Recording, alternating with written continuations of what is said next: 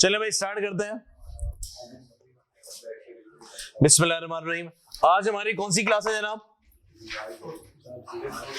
चौथी क्लास होनी चाहिए मेरे हिसाब से, चौथी है ना? Okay, lecture number 4।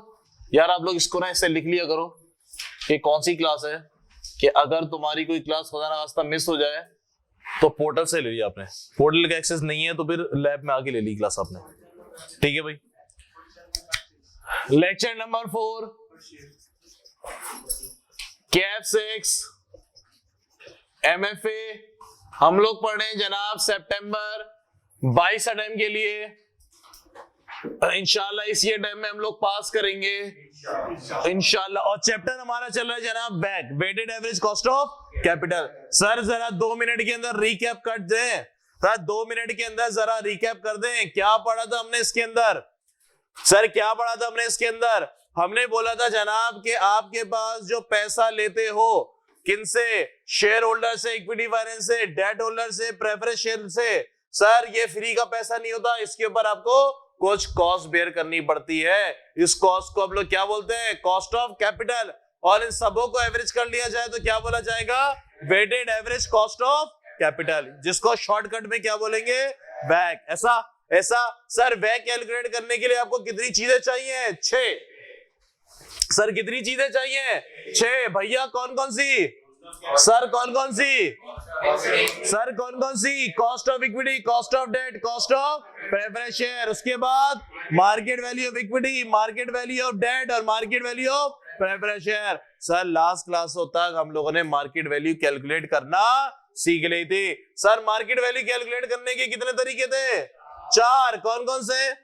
पहला पाकिस्तान स्टॉक एक्सचेंज, वो भी कौन से वाला? शेयर प्राइस एक्स वाला, कम वाला नहीं। कौन सा वाला?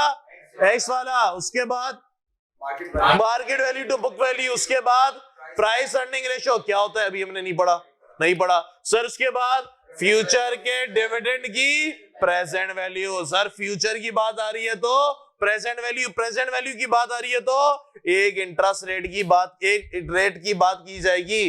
अगर तो तुम वैल्यू कैलकुलेट कर रहे हो किसी शेयर की तो फिर कॉस्ट ऑफ इक्विटी की, और अगर डेट की बात कर रहे हो तो कॉस्ट ऑफ डेट। क्या सब लोग साथ है मेरे? क्या सब लोग साथ है मेरे भैया की? हाँ हाँ हाँ जो भी इक्विटी अगर मार्केट प्राइस निकालनी है तो अगर रिटर्न ऑफ इन्वेस्टमेंट 12% कर रहा है तो डिविडेंड को 12% डिस्काउंट भी करो तो ऑलरेडी कॉस्ट ही है ना। हमें तो शेयर प्राइस निकालने की डिवाइड करना 12% से तो कॉस्ट ऑफ शेयर आ जाएगा। मार्केट वैल्यू क्या जो भी शेयर होल्डर है नहीं समझा मैं। हाँ 12% रिटर्न एक्सपेक्ट कर रहे हैं, यही है, बिल्कुल सही है। तो अगर आप डिविडेंड को डिस्काउंट करेंगे 12% से तो डिविडेंड तो ऑलरेडी वो कॉस्ट है तो हम बेयर कर रहे हैं, फिर आप उसको मजीद बैक में कॉस्ट में ले रहे हैं। हमें तो शेयर प्राइस चाहिए ना, मुझे आज की चाहिए ना। तो आज ही मैं शेयर होल्डर के पॉइंट से सोच रहा हूँ। शेयर होल्डर वाला है, एक जो शेयर होल्डर है उसके पॉइंट से सोचो कि वो शेयर कितने का खरीदेगा। सवाल वो बोलेगा मुझे इससे फ्यूचर में क्या मिलेगा? हम बोलेंगे सर आपको इससे फ्यूचर में डिविडेंड मिलेगा। ठीक है जी। मैंने बोला कितना डिविडेंड मिलेगा? मैंने बोला आपको एक शेयर के ऊपर 10 रुपए का डिविडेंड दूंगा। कब? 1 साल के बाद। आज कितने का शेयर है? मैंने बोला 10 रुपए का दे रहा हूं। 1 साल बाद कितने का डिविडेंड दूंगा? 10 रुपए का। 1 साल बाद कंपनी खत्म, कंपनी का लाइसेंस एक्सपायर, कंपनी खत्म। आज शेयर कितने का दे रहा हूं मैं? 10 रुपए का, और 1 साल बाद तुम्हें डिविडेंड भी कितने का मिलेगा? 10 रुपए का। बंदा बोलेगा बेवकूफ थोड़ी ना हो यार मैं। शेयर होल्डर क्या बोलेगा? क्या पागल समझा मैं? बेवकूफ थोड़ी ना हूं मैं। 10 रुपए तुमको आज दूं, 1 साल बाद तुम मुझे वही डिविडेंड की सूरत में लौटा दो तो मेरे पास बचा क्या? बचा क्या? इसका मतलब उसका रिटर्न कितना? कुछ भी नहीं है, कुछ भी नहीं है। वो रिटर्न एक्सपेक्ट कर रहा है जनाब मुझे तुम 10% रिटर्न दो, 10% रिटर्न दो। इसका मतलब ये हुआ कि वो तुमसे आज चीज 10 रुपए की नहीं लेगा। अगर 1 साल बाद कंपनी खत्म हो रही है लेट्स सपोज, वो आज चीज तुमसे 10 रुपए की नहीं लेगा, बल्कि बोलेगा मुझे तुम कितने की दो? कम की दो। कितने कम की दो? 1 साल बाद अगर मुझे तुम 10 रुपए दे रहे हो, 10 रुपए दे रहे हो तो आज, और मैं 10% रिटर्न एक्सपेक्ट कर रहा हूं तो आज तुम मुझे 10 रुपए की दो, 10 रुपए से कम की दो। एग्री करते हो? तो फिर वो 10% के ऊपर डिस्काउंट करेगा। बात समझ में आई? अगर वो 10% डिस्काउंट वो रिटर्न एक्सपेक्ट कर रहा है तो जो 10 रुपए का बाद में देगा तो 10 भी डिवाइड बाय 10% तो 100 रुपए लगाएगा तो उसको 10% 10 रुपए मिलेगा ना। देखो सुनो, मैंने बोला जनाब शेयर होल्डर को कि आपको 31 दिसंबर सन 2021 को डिविडेंड पर शेयर में तुम्हें दूंगा 10 रुपए का। हमने बोला सन 2022 में, मैंने बोला 2022 की नौबत ही नहीं आएगी, कंपनी खत्म हो रही है, कंपनी का लाइसेंस खत्म, कंपनी फिनिश। अच्छा जी, बस आपको एक ही दफा रिटर्न मिलेगा 10 रुपए का। अच्छा भाई, आप मौजूद हो 1 जनवरी सन 2021 को। सर मैं कितने का शेयर खरीदूंगा? बोले तो मैं इन्वेस्टमेंट कितनी करूंगा? मैंने बोला ये शेयर मेरे पास है, मैंने बोला मिस्टर बी को, सर मैं 10 रुपए का शेयर बेचूंगा, खरीदोगे? बोलेगा भाई बेवकूफ थोड़ी ना है, 10 रुपए का मैं तुझसे शेयर खरीदूं। मिस्टर ए अपना शेयर कितने का सेल कर रहा है? 10 रुपए का। मिस्टर बी ने बोला जनाब मैं 10 रुपए की चीज तुमसे क्यों खरीदूं, जबकि 1 साल बाद डिविडेंड कितने का मिलेगा? 10 रुपए का। एग्री कर दो भैया, 10 रुपए नहीं 8 रुपए का बेचते हो। कितने का बेचते हो? 8 रुपए का। Logic clear? मैंने बोला हाँ, अब इसमें सोचा जा सकता है, अब इसमें सोचा जा सकता है। कितना % रिटर्न मिल रहा है अब इसको? बी वाले को बोलेगा यार 2 रुपए डिविडेंड मिलेगा। कितने की इन्वेस्टमेंट करके बैठा था? 8 रुपए की। एग्री करते हो? एग्री कर दो, इतना % रिटर्न। एग्रीड। मैंने बोला, बी ने बोला सर मुझे रिटर्न चाहिए लेट्स सपोज 12% का। मेरी कॉस्ट ऑफ इक्विटी, कंपनी की कॉस्ट ऑफ इक्विटी यानी कि शेयर होल्डर का एक्सपेक्टेड रिटर्न कितना है? 12%। 1 साल बाद कितना डिविडेंड मिलेगा? सर 1 साल बाद कितना डिविडेंड मिलेगा? 10 रुपए का। मैं रिटर्न कितना एक्सपेक्ट कर रहा हूं? 12%। तो आज मुझे शेयर कितने का खरीदना चाहिए? बात समझ रहे हो? मैं बोलूंगा जनाब 1 divided by 1 plus I power 10 रुपए। 8.92 रुपीज का अगर शेयर में खरीदता हूं, मैंने इन्वेस्टमेंट कितने की की? मिस्टर बी ने खरीद लिया कितने का? 8.92 का। एग्रीड। 1 साल बाद मुझे डिविडेंड कितना मिला? 10 रुपए। कंपनी खत्म, मुझे डिविडेंड था वो पर्चा फाड़ के फेंक दो, बेकार है। कितना कमा लिया मैंने? 12% कमा लिया। शेयर होल्डर का रिक्वायर्ड रिटर्न कितना? 12%। कंपनी के लिए कॉस्ट है। क्लियर? चले आगे बढ़ेंगे। चले सर आगे बढ़ते हैं। हाँ, लेकिन अगर कंपनी खत्म नहीं हो रही, 2 साल तक चलेगी तो 2 साल तक का जो डिविडेंड मिलेगा उसकी प्रेजेंट वैल्यू, अगले 50 साल तक चलेगी तो 50 साल तक का जो डिविडेंड मिलेगा उसकी प्रेजेंट वैल्यू, ताहयात चलेगी तो ताहयात जो डिविडेंड मिलेगा परपेचुअली डिस्कस किया था हमने, उसकी प्रेजेंट वैल्यू। डन हो गई बात? सर फिर हम आगे बढ़े थे, हमने बोला था जनाब लास्ट मेथड क्या था? फ्यूचर में जो डिविडेंड मिलेगा उसकी प्रेजेंट वैल्यू। मैंने बोला फ्यूचर में जो डिविडेंड मिलेगा उसकी प्रेजेंट वैल्यू किस पे निकालेंगे हम लोग? केई पे, कॉस्ट ऑफ इक्विटी पे। मैंने बोला सर फ्यूचर कितना? अगर तो इंडिविजुअल 1-1 साल का दे रहे हैं तो फिर मैं क्या फॉलो करूंगा? Discount factor. ऐसा? और अगर वो 5 साल 10 साल 8 साल 50 साल के लिए दे रहा है और डिविडेंड का अमाउंट अगर कांस्टेंट है तो फिर मैं क्या यूज करूंगा जनाब? NET factor. ऐसा? और अगर मैंने बोला जनाब कि डिविडेंड मिलेगा ताहयात सारी जिंदगी तो फिर क्या यूज किया जाएगा? परपेचुअली। लेकिन अगर उसमें डिविडेंड के अंदर ग्रोथ आ रही है, तो फिर हमने इसका फॉर्मूला क्या सीखा था? ग्रोथ वाला। क्या था सर? डिविडेंड डिवाइडेड बाय केई, कॉस्ट ऑफ इक्विटी माइनस जी। याद है भैया? क्या सबों को एतराज नहीं है? सब क्लियर है? कॉन्सेप्ट बिल्कुल पक्के चल रहे हैं? सर कॉन्सेप्ट क्या था? फ्यूचर में जो डिविडेंड मिलेगा उसकी प्रेजेंट वैल्यू। फ्यूचर का मतलब क्या होता है? अगला साल। शेयर प्राइस चाहिए 2021 की, तो फ्यूचर बोले तो 2022 याद रखेंगे हम लोग। अगर तुम्हें डिविडेंड देगा 2021 का, अपने को क्या चाहिए? फ्यूचर का, तो उसको ग्रो करा लिया जाएगा। क्या किसी का एतराज हो रहा है? नहीं है भैया? क्या हम आगे बढ़ चले? सर क्या हम आगे बढ़ चले? एक बहुत चिल्लर सी एग्जांपल कराऊंगा फिर हमने हैंड आउट पाएंगे। सर एक बहुत चिल्लर सी एग्जांपल कराएंगे फिर हम अपने हैंड आउट पे आएंगे।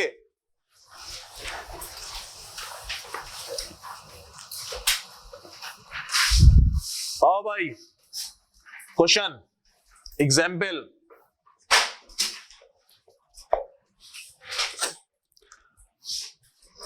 जनाब मैं कह रहा हूं कि कॉस्ट ऑफ इक्विटी है 12% की। सर कॉस्ट ऑफ इक्विटी कितनी है? 12% की। अच्छा भैया, मैंने बोला सर आपको डिविडेंड दे रहा है, सर डिविडेंड पर शेयर है, बोले तो डीपीएस। सर कौन से साल का? सन 2021 का ₹8। जनाब ग्रोथ रेट सुनिएगा भैया, डिविडेंड बढ़ता चला जाएगा आपका 7% के साथ। कब तक? सारी जिंदगी ताहयात। रिक्वायरमेंट में भैया आपने शेयर प्राइस कंप्यूट करनी है ईयर 2021 की। सर आपने शेयर प्राइस, बस सही है, एक एक करके। चले सर, क्या मैं कैलकुलेट कराऊं? कर लेंगे, चले। सिर्फ 30 सेकंड है, हलवा एकदम, बस बेहतरीन। 30 सेकंड में नहीं है तो 30 नैनो सेकंड हो गए। ऐसी बात हल्के नहीं चल रहा है। हम लोग का डिस्काउंट को भी तो कवर करना है। 171 पॉइंट, ऐसा है, ऐसा। चल मेरा भाई, सर बताएंगे मार्केट प्राइस शेयर प्राइस कैसे निकालते हो? फ्यूचर में जो डिविडेंड दिया जाएगा उसकी present value. Sir share price कब की चाहिए? सर फ्यूचर डिविडेंड कब का चाहिए? 2022 का। फ्यूचर तो यही होता है, डिवाइडेड बाय के माइनस जी। आइए मेरा भाई, सर डिविडेंड कब का चाहिए? दे रहा है क्या? नहीं सर, सर नहीं दे रहा, कोई टेंशन की बात नहीं है, हम बढ़ा देंगे। ऐसा ऐसा। के कितना है भैया? 12% माइनस 0.7, ऐसा। सर कितना शेयर प्राइस? 0.2। एक शेयर कितने का मिलना चाहिए मार्केट में? 171 का। क्या हम आगे बढ़े? हलवा एकदम। एक चीज सेटअप करना चाह रहा हूं, एक कॉन्सेप्ट बनाना चाह रहा हूं, इस कॉन्सेप्ट की प्री बेस बना रहा हूं।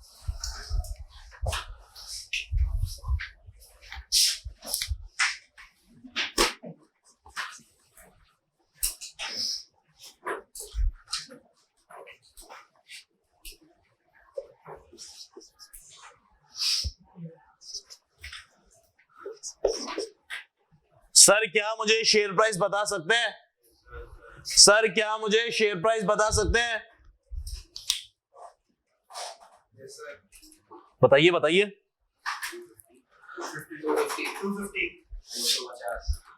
250।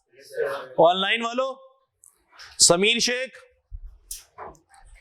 उस्मान, शाहिर, मोहित, मीरब, लाइबा, अब्दुल मोइस। चलो जी देख लेते हैं।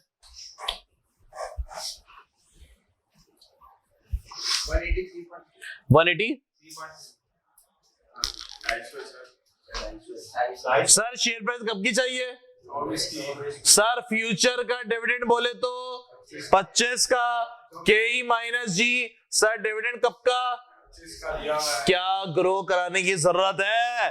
नहीं भाई, फ्यूचर का दे रहा है, डिवाइडेड बाय के कितना है? 14% माइनस 8%, ऐसा। 250। बॉय आपका कैसा हुआ था?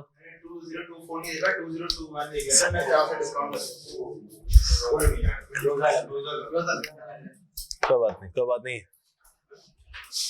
चले सर लास्ट एग्जाम्पल, फिर हम आगे बढ़ चलेंगे।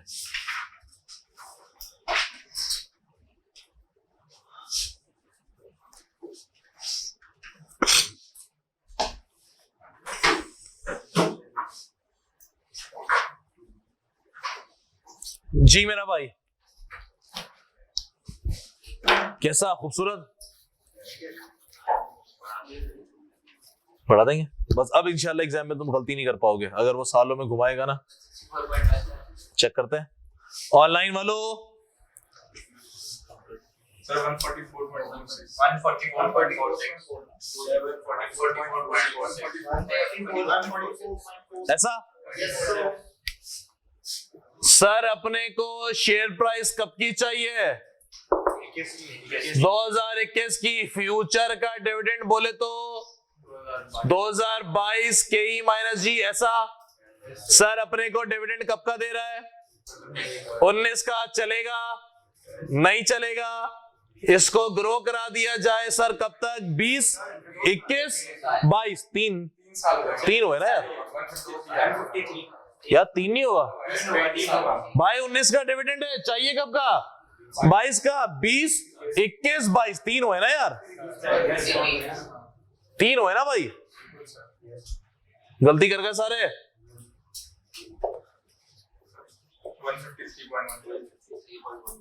153.13। क्या सब होगी? समझ में आया? गलती तो नहीं करेंगे? ऑनलाइन वालों साथ हो मेरे? सो तो नहीं रहे बैठे बैठे? 20, 21, 22 यार फर्स्ट क्लास। फर्स्ट क्लास समझ में आया। डेमो का दौर खत्म हो। जो अभी तक डेमो के चक्कर में ना वो गया यार। वो तो केएनएस की मर्जी आपकी। सर क्या हम आगे बढ़े? इंपॉर्टेंट कॉन्सेप्ट डिस्कस करते चलें। इंपॉर्टेंट कॉन्सेप्ट डिस्कस करते चलें। अच्छा जी सर आइए, आज की क्लास का एजेंडा। आज की क्लास का एजेंडा सर हम अभी क्या सीख रहे हैं? मार्केट वैल्यू कैलकुलेट करना। 6 चीजें थी अपने पास, अभी हम 3 चीजों पे काम कर रहे हैं। कौन सी? Market value of share, debenture और प्रेफरेंस शेयर। शेयर आएगा तो सब कुछ आ जाएगा। चले सर आइए, मैं आपको बोल रहा हूं जनाब, कॉस्ट ऑफ इक्विटी है मेरे पास अज्यूमिंग 14%। अच्छा जी, मैंने कैलकुलेट करना है सर।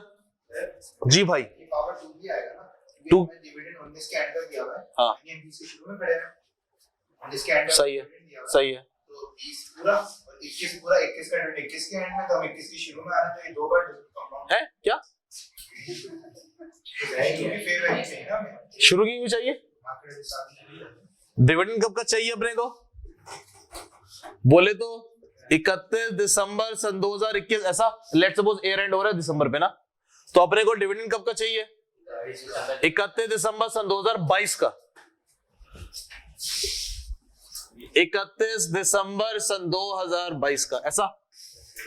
अब गिनो, दिया हुआ कब का था? 2019 का। कब का? ईयर एंड का। 31 दिसंबर 2019। अब गिनो, 31 दिसंबर 2020, 31 दिसंबर 2021, 31 दिसंबर सन 2022। 3 साल हुआ ना लड़के? सेट है, दही नहीं खाई तूने ना? सही है। सही है। कोई कंफ्यूजन है तो पूछना। चलो चले सर आगे। भैया रिक्वायरमेंट है मेरे पास, मेरे को शेयर प्राइस कंप्यूट करनी है सन 2021 की। मेरे को शेयर प्राइस कंप्यूट करनी है सन 2021 की। सर कॉस्ट ऑफ इक्विटी दे रहा हूं मैं आपको। मैं आपको यहां पे कुछ इंफॉर्मेशन दे रहा हूं एयर। सर यहां पे डिविडेंड पर शेयर, गौर से सुनिएगा। एयर और डिविडेंड पर शेयर छापने नहीं है, भी सवाल लिखते लिखते भी समझेंगे। सर शेयर प्राइस कब की मांग रहा है? इंफॉर्मेशन दे रहा हूं मैं आपको सन 2019, सन 2017, सन 2018, सन 2019, सन 2020। सर डिविडेंड पर शेयर 6 रुपए दिया, फिर 7.5 दिया, 7.7 दिया, फिर 8 रुपए दे दिया, फिर 8.9 दे दिया। चले सर, आपने कैलकुलेट करनी है शेयर प्राइस सन 2021 की। क्या समझे? छापना नहीं है अभी, पहले समझेंगे हम। यहाँ पे कॉन्सेप्ट डिस्कस होने वाला है जो कि आपकी एग्जाम में बहुत आएगा। सर शेयर प्राइस कैसे कैलकुलेट करेंगे? सर कैलकुलेट करने के 4 तरीके थे। स्टॉक मार्केट की प्राइस दे रहा है कुछ? नहीं सर। क्या book value to market value दे रहा है? नहीं सर। पी रेशियो का कुछ सीन पार्ट है? नहीं है सर। क्या दे रहा है? फ्यूचर के डिविडेंड की प्रेजेंट वैल्यू, ऐसा। अच्छा जी, सर कैसे कैलकुलेट करते थे? मार्केट प्राइस तुम्हें कब की चाहिए? 2021। सर शेयर प्राइस चाहिए 2021 की। डिविडेंड कब का चाहिए होगा? 2022 का। के ई माइनस जी। सर ग्रोथ नजर आ रही है? यस। सर ग्रोथ रेट कितना है? नहीं पता। सर ग्रोथ रेट नहीं पता, समझेंगे सर, समझेंगे। जज्बात पे काबू, जज्बात पे काबू। सर डिविडेंड कब का चाहिए है क्या? नहीं है। कौन सा डिविडेंड तुम्हें पता है? 20। चलो मैं 1 साल का और बढ़ा दूं, 2021 का दे दूं तुम्हें 9.4। सर 2021 का है मेरे पास कितना? ऐसा। ग्रोथ रेट कितनी है अपने को नहीं पता, गौर से। कॉस्ट ऑफ इक्विटी कितनी है, ग्रोथ रेट कितनी है मेरे को नहीं पता। सर क्वेश्चन के अंदर ग्रोथ रेट गायब, ग्रोथ रेट कैलकुलेट करनी पड़ेगी। सर सुनिएगा, सर ग्रोथ रेट कैलकुलेट करने जा रहे हैं। ग्रोथ रेट कैलकुलेट करने के 2 तरीके। कौन कौन से? मैंने बोला सर डिविडेंड कब दिया था, मेरे पास इंफॉर्मेशन क्या अवेलेबल है पुरानी। 6 रुपए डिविडेंड दिया कब? सन 2017 में। फिर कितना दिया, फिर कितना दिया, फिर कितना दिया, फिर कितना दिया? सर क्या मैं ग्रोथ रेट निकाल सकता हूं? मैंने बोला जी सर मैं ग्रोथ रेट निकाल सकता हूं। सर ये 6 रुपए से मैं कहां तक पहुंचा दिया अपने डिविडेंड को? 9.4 तक। इसका मतलब है मैंने डिविडेंड को ग्रो कराया है। ऐसा, मैंने डिविडेंड को ग्रो कराया है। कितने साल भैया, कितने साल? 1 साल, 2, 3 और 4। एग्री करते हैं? एग्री करते हैं? बहुत सारे स्टूडेंट गलती करते हैं, इसको गिनती क्यों गिनते हैं? 1 2 3 4 5। ऐसे नहीं करना, ऐसे नहीं करना। सर कितना ग्रो हुआ है वो तो कैलकुलेट करें। Logic clear? सर मैंने डिविडेंड कितना था, गौर से सुनेंगे सर। हमने बोला जनाब डिविडेंड मेरे पास 6 रुपए था, इसको मैंने ग्रो कराया, इसको मैंने ग्रो कराया कितने सालों तक, और ग्रो करा के कहां तक पहुंचा दिया? क्या मैं ग्रोथ रेट निकाल पाऊंगा? क्या मैं ग्रोथ रेट निकाल पाऊंगा? लॉजिक क्लियर हो रही है? आइए सर थोड़ा मैथ से खेलते हैं इसको। कैसे खेलेंगे सर? 1 प्लस ग्रोथ रेट आ जाएगा? पता नहीं, हम देसी लोग हैं। 9.4 डिवाइडेड बाय ये 6 यहाँ पे मल्टीप्लाई हो रहा है, यहाँ आएगा तो डिवाइड हो जाएगा। ऐसा ऐसा। अच्छा ना, चीते सुन तो लो। सर 1 प्लस ग्रोथ रेट की पावर 4, 9.4 डिवाइडेड बाय 6। ऐसा ऐसा है सर। ये 4 को मैं खत्म करूंगा तो यहां पर क्या आ जाएगा? 1/4। ऐसा ऐसा ही है सर। 1/4 बोलो, 1/4 बोलो, या फिर 4 अंडर रूट बोलो। ऐसा ऐसा ही है, सही है। ये 1 प्लस का इज इक्वल टू के इधर आएगा तो माइनस का 1। क्या मैं इस तरह से ग्रोथ रेट निकाल पाऊंगा?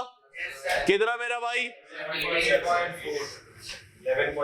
11 सर परसेंटेज के लिए मल्टीप्लाई बाय 100 कर लिएगा, 100 कर लिएगा। एग्री करते हो?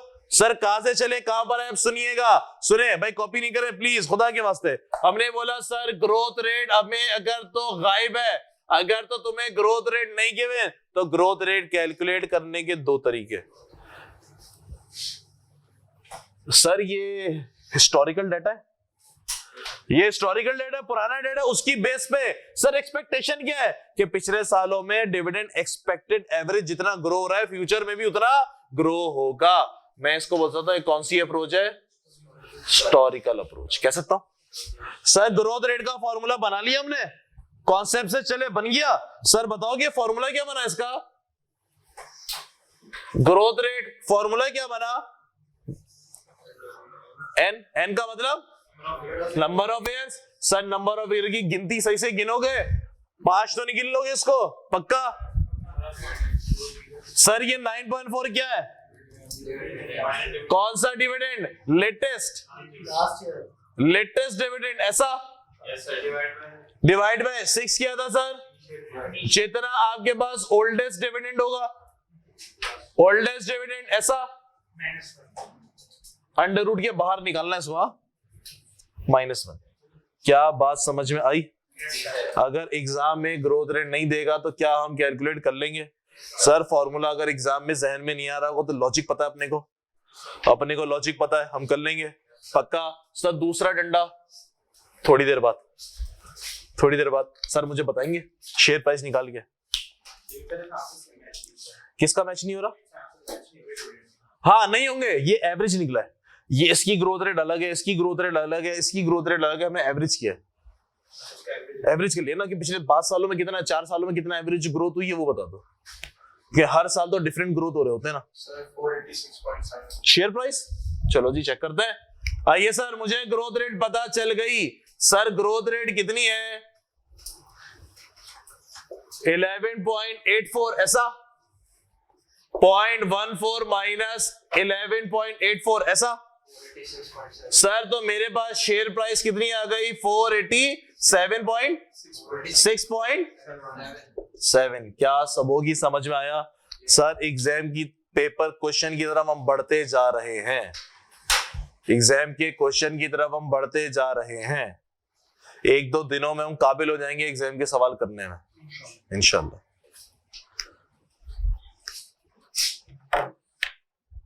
ऑनलाइन वालों कोई मसला? अब्दुल मुइज बोल रहे सर 2 साल नहीं आना चाहिए, 2021 का फाइन कर रहा हूं मैं। क्या कह रहे हो? 2021 का फाइंड आउट कर रहे हो तो जितनी ओल्डेस्ट इंफॉर्मेशन होगी वो लेके चलेंगे ना।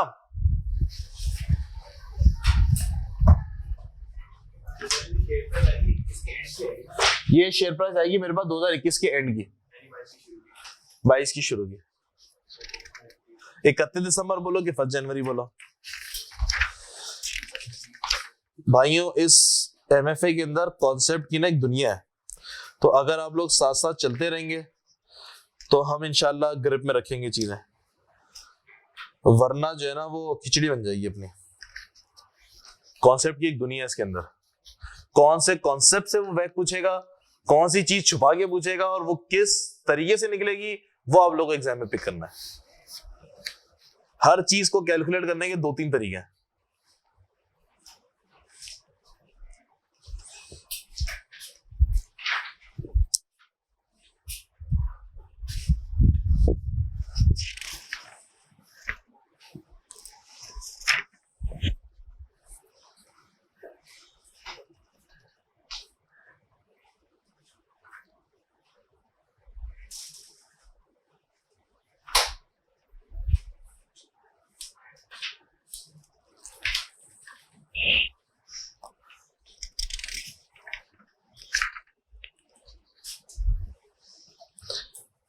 सर रात को सॉल्व कर लिया था, ये तो होमवर्क आपको पिक भी भेजी थी, आपको चेक भी करवा दिया था। हाँ बिल्कुल समीर ऐसा ही है।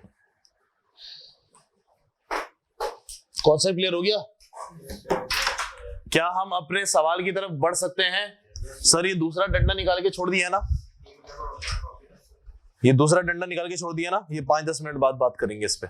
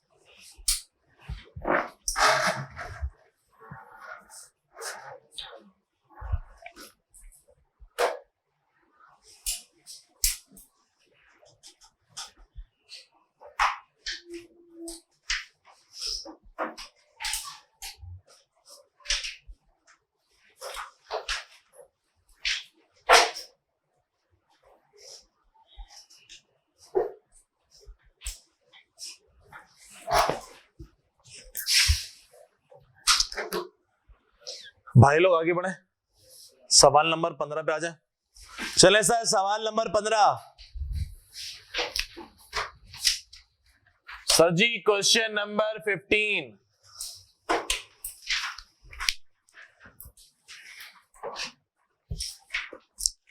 Question number 15।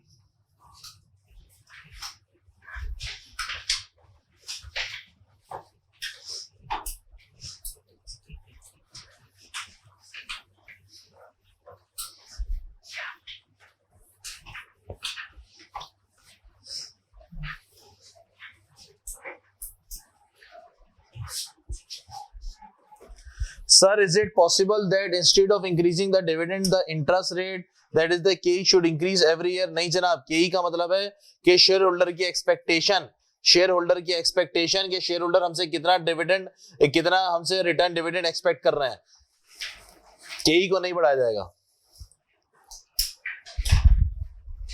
सवाल किसका था ये? अब्दुल मुइज।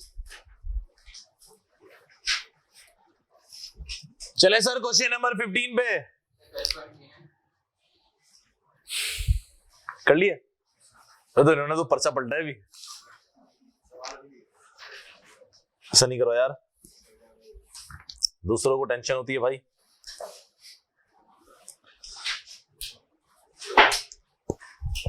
अब्दुल मुइज, KE कांस्टेंट मतलब शेयर होल्डर की एक्सपेक्टेशन है कि हम उस शेयर होल्डर हमसे कितना रिटर्न एक्सपेक्ट करेंगे, कितना रिटर्न एक्सपेक्ट कर रहे हैं, ये KE है, return required by share holder. अगर तो कंपनी का रिस्क लेवल बढ़ेगा, सुनना ये CAPM वाली बात है, अगर तो कंपनी का रिस्क लेवल बढ़ेगा तो फिर शेयर होल्डर अपना KE बढ़ा देते हैं। रिस्क लेवल कैसे बढ़ेगा ये हम बात करेंगे CAPM मॉडल के अंदर, जो KE निकालने का तरीका है।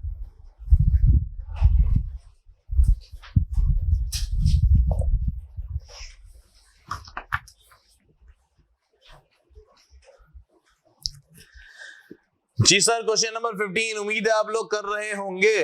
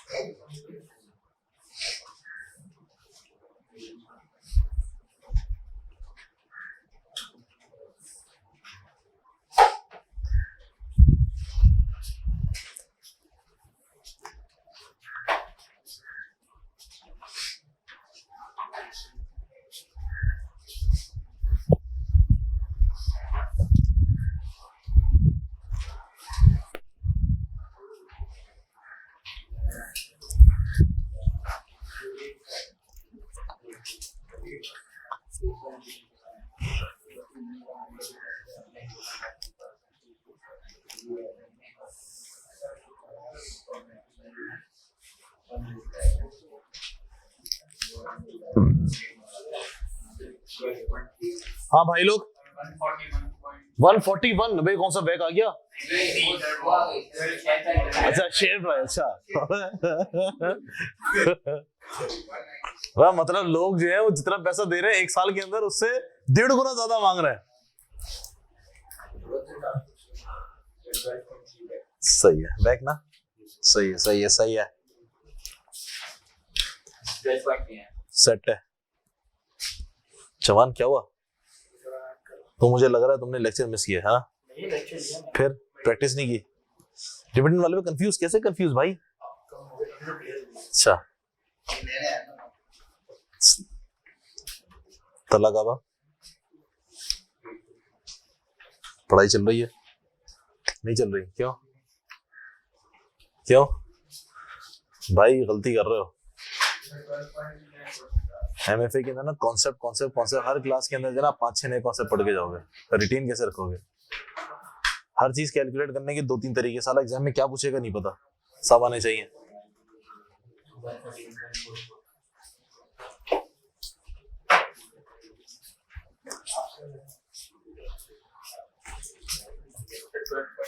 सेट है।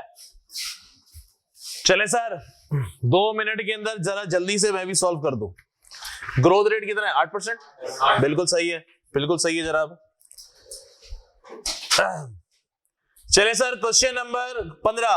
महाराजा limited has a following capital structure eight 30 June 2021। Sir मुझे SFE दे रहा है थोड़ी सी बना के, और मुझे यहां से पता चल गया मेरे पास सोर्सेज ऑफ फाइनेंसिंग कितनी है? 3 है। Share holder required return, share holder कितना रिटर्न मुझसे एक्सपेक्ट कर रहे हैं, यानी कि मेरी कॉस्ट कितनी भैया? 12.5। केपी कितनी है? 10.5। डेट होल्डर कितना रिटर्न एक्सपेक्ट कर रहे हैं जनाब? 7%। अच्छा जी, चले आगे बढ़ते चले हैं भाइयों, जरा समझेंगे हम। सर जी, अपने को वैग निकालने के लिए 6 चीजें चाहिए। K cost of preference share, KD 1 minus t, ऐसा? सर के कितना? 12.5%। Sir cost of preference share कितनी है? 10.5। Cost of debt after tax कितना है? 7%। Market price of preference share, sir market value of preference share, ऐसा? Sir कितना है? 11.5 और शेयर है कितने? 5000 मल्टीप्लाई बाय 11.5। भाई लोग कितना? 57500। उसके बाद है मेरे पास market value of debt. Sir debenture कितने मेरे पास? 2100 multiply by market value of debenture कितनी चल रही है? 102.5, ऐसा? भाई लोग कितना? 21, ऐसा? उसके बाद है मेरे पास जनाब market value of shares. Sir मेरे पास टोटल नंबर ऑफ शेयर कितने हैं? 85,000 मल्टीप्लाई बाय, सर एक शेयर कितने का? सर इसके लिए थोड़ी सी मेहनत करनी पड़ जाएगी। सर यहाँ पे शेयर प्राइस गिवन नहीं है, सर शेयर प्राइस गिवन नहीं है, लेकिन शेयर प्राइस हम लोग कैलकुलेट कर सकते हैं। 4 तरीके थे और यहाँ पे कौन सा तरीका लग रहा है? डिविडेंड वाला। सर शेयर प्राइस मैं कैसे निकालूंगा? सर शेयर प्राइस मैं कैसे निकालूंगा बताइए जनाब। सर शेयर प्राइस कब की चाहिए? 2021 की। तो डिविडेंड अपने को कब का चाहिए होगा? 22 का। KE माइनस जी। सर डिविडेंड 2022 का दे रहा है क्या? नहीं सर, ये 2021 का डिविडेंड दे रहा है। अंग्रेजी में भी लिख दिया, company has just paid a dividend 5.88, ऐसा? ऐसा 1 प्लस ग्रोथ रेट अपने को नहीं पता। सर KE कितना है मेरे पास? 12.5, ऐसा? माइनस ग्रोथ रेट कितना है अभी अपने को नहीं पता। आइए सर अभी पता चल जाएगा जी। भैया आपको कुछ पुरानी इंफॉर्मेशन दे रहा है। सर पुरानी इंफॉर्मेशन दे रहे हैं। पुराना डिविडेंड मेरे पास कितना है? 4 रुपए, ऐसा? नया डिविडेंड कितना है मेरे पास? 5.88, ऐसा? सर कितने सालों में ग्रो किया है? 1, 2, 3, 4 और 5, ऐसा? 8%। बोले तो 0.08, बोले तो 0.08, ऐसा? सर कितना? 140.12, ऐसा? ओके जी, 141.12। सर कितना? 119952। सर ऐसा है? क्या हम बैग निकाल पाएंगे? सर फॉर्मूले से कर ले, बुरा तो नहीं मानोगे? चले भैया बैग पे बातें करते हैं। Cost of equity 12.5% multiply by कंगिया, ये रहा 119,95200, ऐसा? Plus sir cost of debt कितना? 7% multiply by 215,250 plus cost of preference share कितनी भैया? 10.5% मल्टीप्लाई बाय डिवाइडेड बाय 119,95200 जमा 215,250 जमा। खूबसूरत भाई, 12.9%। सर खूबसूरत हो गया, बेहतरीन। किसी का एतराज नहीं है? आगे बढ़ चले। सर होमवर्क भी साथ साथ लिखते रहे। क्वेश्चन नंबर 16 होमवर्क है। हाँ 16 में करेक्शन करवा रहा हूं, 16 में करेक्शन करवा रहा हूं। सर 16 में देखिएगा जो बुलेट नंबर है जिसमें लिखा हुआ है company has just paid a dividend, मिला? सर ये 7.87 है। पुराना सवाल कॉपी पेस्ट किया ना तो ये चीज करना भूलिए, सही कर लेंगे हम। The company has just paid a dividend 7.87, question number 16, ये होमवर्क है। और आप लोगों ने होमवर्क जमा करा दिए, मैंने देखे थे, लेकिन इनको मैं चेक नहीं कर पाया।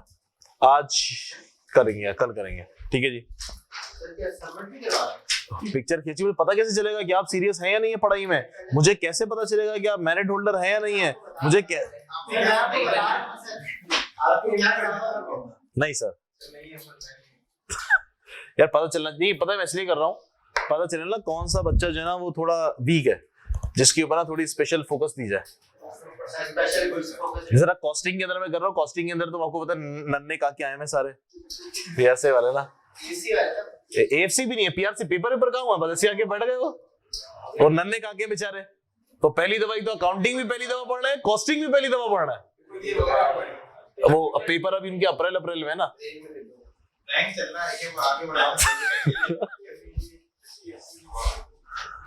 तो वो बेचारे बैठ रहे। बहुत सारे लोग हैं जिन्होंने एएफसी किया और वो आईए और इकोनॉमिक एग्जाम हो गया था, उन्होंने पढ़ा भी नहीं, वो आके बैठ गए, उनको पता ही नहीं डेबिट क्रेडिट क्या है, डेप्रिसिएशन क्या है। अब क्या करें यार बेचारे। चलिए सर आइए,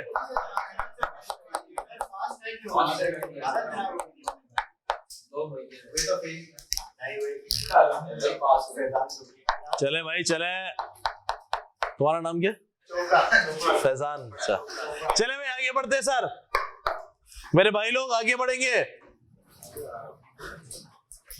सर बात करें ग्रोथ रेट की, थोड़ी सी गौर से समझेंगे, गौर से सुनेंगे सर मुझे एक बात बताइए, सर जी मुझे एक बात बताइए, हमने ग्रोथ रेट फाइंड आउट किया, ये रहा आपके सामने, हमने ग्रोथ रेट फाइंड आउट किया, क्या सोच के हिस्ट्री में जितना ग्रोथ थी फ्यूचर में भी उतनी रहेगी, ऐसा? सर हमने क्या सोच के ग्रोथ रेट अलाउ किया है, क्या सोच के ग्रोथ रेट हमने फॉलो किया है कि सर फ्यूचर पास्ट में जो ग्रोथ रेट रही है फ्यूचर में भी एक्सपेक्टेशन है कि उतनी ग्रोथ है, ऐसा? सर हमने बोला कि सर कंपनी ने बोला, कंपनी की मैनेजमेंट चेंज हो गई, नई मैनेजमेंट आ गई है, नई स्ट्रेटेजी के साथ, नए विजन के साथ, कंपनी को किसी दूसरी कंपनी ने एक्वायर कर लिया, नए लोग आ गए, कंपनी का पहला साल है, sir growth previous past data कुछ भी अवेलेबल नहीं है, कंपनी ने बोला सर हम जो है ना अब नए डायनामिक्स पे काम करेंगे और पास्ट की चीजों को हम कंसीडर नहीं करेंगे, एग्जाम पॉइंट ऑफ व्यू के लिए आपके पास पास्ट का डेटा गिवन नहीं है, सच सुनेंगे। हमने बोला जनाब कंपनी प्रॉफिट कमाती है, हमने बोला जनाब कंपनी प्रॉफिट कमाती है, यस कंपनी प्रॉफिट कमाती है, इस प्रॉफिट का क्या करती है? सर दो काम होते हैं कंपनी के पास उस प्रॉफिट के, या तो डिविडेंड डिस्ट्रीब्यूट कर दिया जाए, भाई बातें नहीं, या तो हम डिविडेंड डिस्ट्रीब्यूट करें। सर कंपनी ने प्रॉफिट कमाया 1 लाख रुपए का, सर कंपनी ने प्रॉफिट कमाया कितने का? 1 लाख रुपए का। सर इस प्रॉफिट के कंपनी के पास दो काम होंगे, सर क्या काम? या तो इसको डिस्ट्रीब्यूट कर दो, ऐसा जिसको हम लोग क्या बोलते हैं भैया, डिविडेंड बांटो, डिविडेंड बांटो, कंपनी से पैसा निकाल दो, किसको दे दो? मालिकों को। कंपनी ने बोला सर हम लोग डिविडेंड बांटेंगे, लेट्स सपोज 40%, कितना बांट दिया? 40%, इसको हम लोग बोलते थे डिविडेंड पे आउट रेशियो, याद है? सर क्या बोला करते थे? डिविडेंड पे आउट, कितना हमने डिविडेंड दे दिया। सर लाख रुपए प्रॉफिट कमाए, 40% बोले तो 4000 का डिविडेंड बांट दिया, सर रो कितना लिया? इसको हम लोग बोलते थे रिटेंशन। सर इसको हम लोग क्या बोलते थे? रिटेंशन। कितना डिविडेंड रिटेन कर लिया? 60%। सर ये डिविडेंड क्यों रोका तुमने? भाई प्रॉफिट पे हक किसका है? सर प्रॉफिट पे हक किसका है? मालिकों का। मालिक कौन है? Share holder. तो भैया प्रॉफिट कमाया तो दोनों उनका प्रॉफिट क्यों रोक रहे हो, क्यों रिटेन कर रहे हो? सर डायरेक्टर डिविडेंड क्यों रिटेन करेंगे? फ्यूचर में इनके पास कोई इन्वेस्टमेंट स्ट्रेटेजी होगी, कह सकता हूं फ्यूचर में इनका कुछ प्लान होगा। सर क्या प्लान होगा? 60,000 रुपए मैंने इनके रोके, इसको कहीं फ्यूचर में इन्वेस्ट करेंगे, वहां से प्रॉफिट कमाएंगे, ऐसा किसी का एतराज? सर किसी का एतराज? गौर से सुना कॉन्सेप्ट बनेगा भैया। सर मैंने बोला कंपनी ने, भाई बातें नहीं करना यार, खुदा के वास्ते मुझसे समझ लियो, कॉन्सेप्ट पे बात हो रही है। हमने बोला प्रॉफिट कितना कमाया? 1 लाख, सारा का सारा डिविडेंड बांट दिया, 1 रुपया नहीं रोका। कंपनी के पास इसका मतलब फ्यूचर में कोई प्लान नहीं है, कंपनी के पास फ्यूचर में कोई ऑब्जेक्टिव नहीं है। जो जिस प्लांट से, जिस ऑपरेशन से, जिस कारोबार से भी कमा रहे हैं, अगले साल भी उसी से कमाएंगे। प्रॉफिट इस साल कितना कमाया? 1 लाख। अगले साल भी कितना कमाएंगे? इसी के आसपास, इसी के आसपास। अगले साल भी डिविडेंड कितना मिलेगा? इसी के आसपास। क्या ग्रोथ हुई डिविडेंड के अंदर? नहीं सर। लॉजिक क्लियर हो रही है? क्या डिविडेंड के अंदर ग्रोथ हुई? नहीं सर, एक्सपेंशन ही नहीं कर रहे। जो तुमने इस साल आपने कारोबार किया है, जितना प्रॉफिट कमाया उसके आगे पीछे प्रॉफिट कमा रहे होगे। ओके जी, फिर आप सारा डिविडेंड दे दोगे, इसका मतलब है डिविडेंड में ग्रोथ अगले साल भी नहीं होगी। लॉजिक क्लियर हो रही है? Logic clear. हमने बोला सर हमने 40% प्रॉफिट बांटा, 60% प्रॉफिट हमने रोक लिया। सर क्यों रोका? क्योंकि फ्यूचर में आपके पास इरादा है कि आप कहीं इन्वेस्टमेंट करोगे, कोई नया प्लान लगाओगे, कोई एक्सपेंशन करोगे। Agreed? Agreed? Agreed. Sir company जहां पैसा लगा रही है, कितना पैसा लगा रही है? 60,000। इसका मतलब कंपनी का जो अभी प्लान खड़ा हुआ है उससे तो प्रॉफिट अगले साल आएगा जो कि 1 लाख के आसपास होगा। ऐसा ही है। और जो 60,000 रोक के कहीं इन्वेस्ट किए, अब चाहे वो तुमने बैंक में सूद रखा हो, चाहे तुमने किसी कंपनी के शेयर्स खरीदे हो डिविडेंड कमाने के लिए, कुछ भी किया हो, सर उससे भी प्रॉफिट आएगा। अगले साल का प्रॉफिट तुम्हारा 1 लाख नहीं होगा बल्कि उससे ज्यादा होगा। एग्री करते हो? फिर जब तुम डिविडेंड बांटोगे 40%, तो डिविडेंड तुम्हारा फिर 40,000 नहीं होगा बल्कि ज्यादा होगा। इसका मतलब डिविडेंड में ग्रोथ आ जाएगी। बात क्लियर हो रही है? क्या बोलना चाह रहा हूं मैं? बात समझ में आ रही है? सर ये बात हुई पास्ट की, हिस्टोरिकल। ये बात हुई किसकी? फ्यूचर वाले की। एग्री करते हो? सर ये मॉडल किसने दिया है? गोल्डन ने। एक गोरा था, हाँ, गोल्डन नहीं, गोल्डन, हाँ, ओके, गॉर्डन ने ये मॉडल दिया। ओके, अब सुनिएगा सर कैसे ग्रोथ रेट निकालेंगे। सर कंपनी ने कितना पैसा रोका है? कंपनी जहां पे भी इन्वेस्ट करती है, कंपनी जहां पे भी इन्वेस्ट करती है, रिटर्न ऑन इक्विटी कितना कमाने की कोशिश करती है? सर 15%। कॉस्ट से ज्यादा। Let's suppose 15%। Return on equity कितना है इसका? आरओई। रिटर्न ऑन इक्विटी कितना है सर? 15%। इसका मतलब ये हुआ 60,000 का 15% कितना हुआ?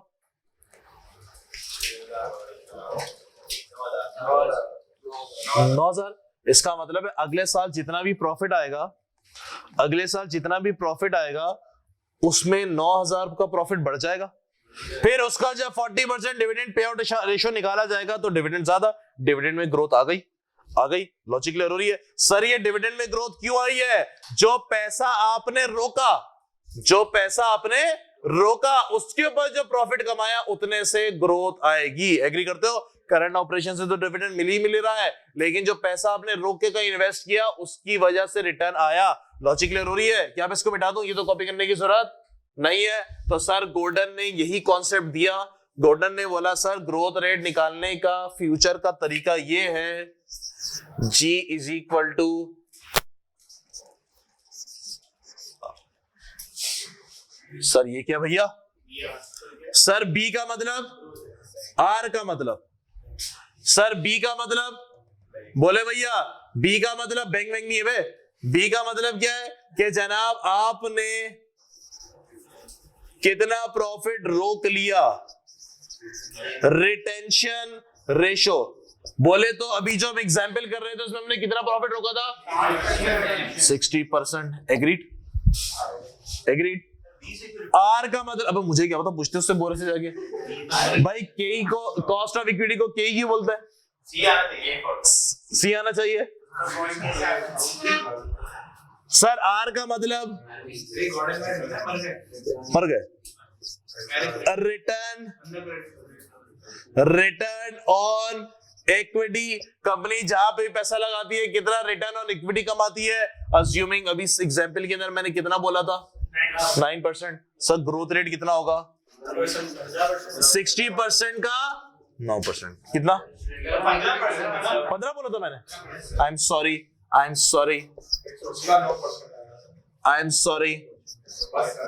सर कितना भाई लोग? 9%। तो सर ग्रोथ रेट कितनी आ गई? सर एग्जाम में या तो हिस्ट्री देगा या तो फ्यूचर देगा। ऑनलाइन वालों क्या सब साथ है हमारे? नहीं, वो YouTube वाला चक्कर खत्म हो गया ना, तब तो क्लास लेनी पड़ेगी। उसका एक्सेस लेना पड़ता है ना, पैसा बहुत है।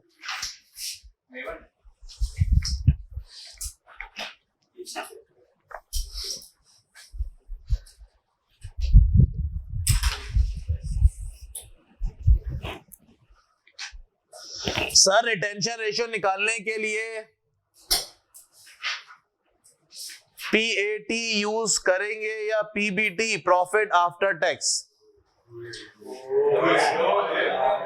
भाई नेट प्रॉफिट निकालेंगे ना, टैक्स वैक्स को देने के बाद जो बचेगा भाई। समीर शेख, फ्यूचर क्या लिखा है? Future slash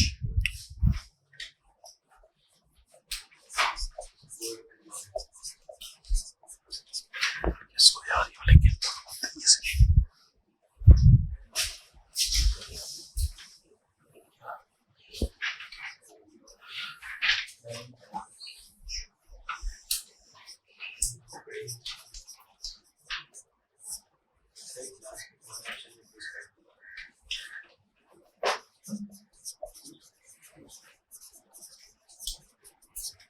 golden model. ठीक है भाई, शाहिर सिद्दीकी। चले सर, क्या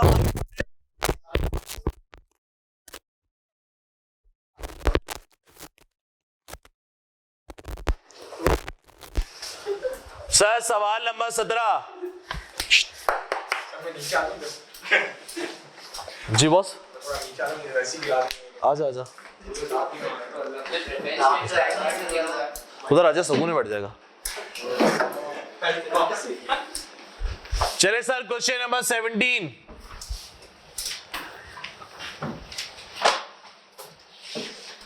भाइयों क्या कॉन्सेप्ट बन रहे हैं?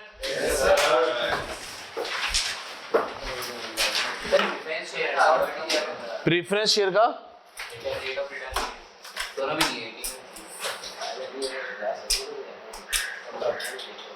खा गया मैं।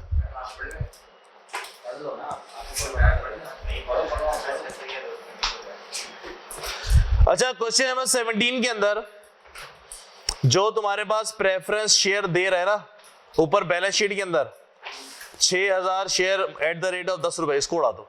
प्रेफरेंस शेयर से फाइनेंसिंग ही नहीं है हमारी, खत्म। नीचे डाटा नहीं दिया यार, डाटा मैं मिस कर गया। प्रेफरेंस शेयर जो ऊपर दे रहे हैं क्वेश्चन नंबर 17 के अंदर भी और 18 के अंदर भी, उसमें प्रेफरेंस शेयर का जो इंफॉर्मेशन है वही उड़ा दो बैलेंस शीट से। ये खुद के बनाया मैं यार, मैं मूवीज देख रहा था, वो देख देख के जना रखते रहता। संजू लिमिटेड क्या क्या देख पुलिस सर संजू ने मेरा नक्शे वशे करके बात करना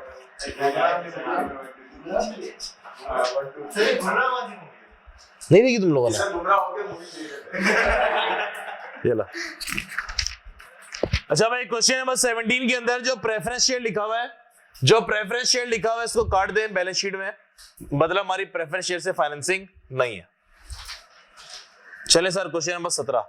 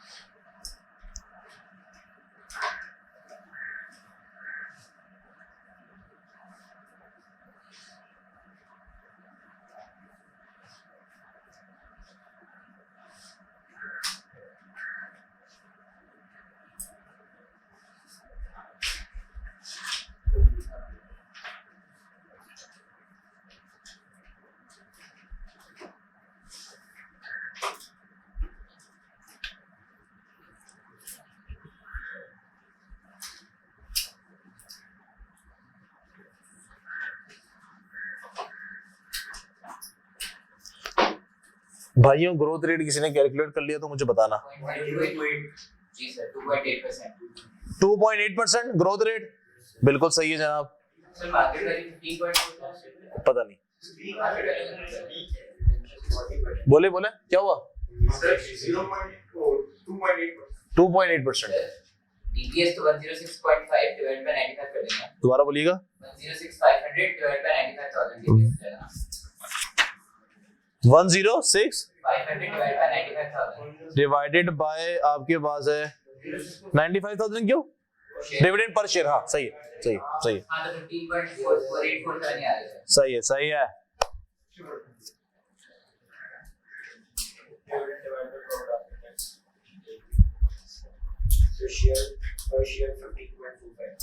पर शेयर कितना मेरा भाई?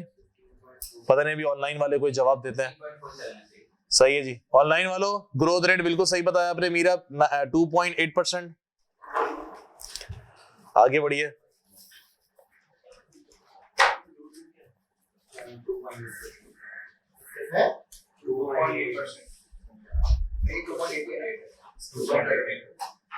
सही है, सही है, सही है, सही है।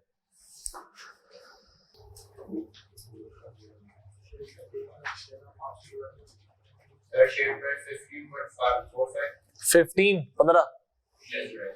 ऐसा ही है। और पीछे भाई तो ये बोल रहा है।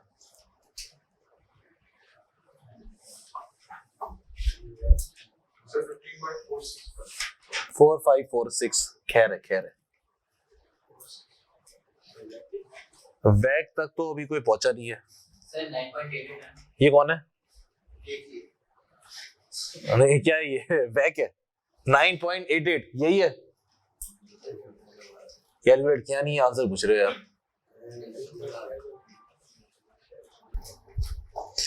समीर शेख कह रहे हैं वैक आ रहा है 7.45%। ऐसा नहीं भाई, समीर शेख आपने कुछ गलती कर दी है। So 9.88. यहाँ पे 9.88 वाली जनता ज्यादा है।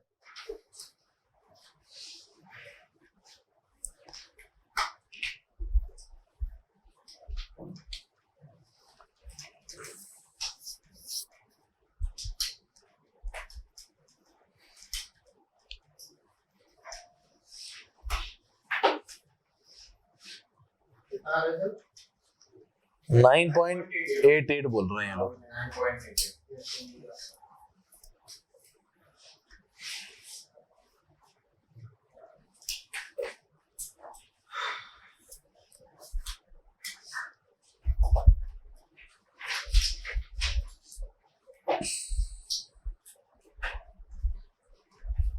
सर 18 में प्रेफरेंस शेयर यूज करते हो तो वैल्यू दी हुई है, हमारी प्राइस दी हुई है। हाँ दी हुई है, यूज कर लेना। कर लो। 18 वाला होमवर्क है भाई। होमवर्क, होमवर्क का मतलब होता है घर घर लड़के।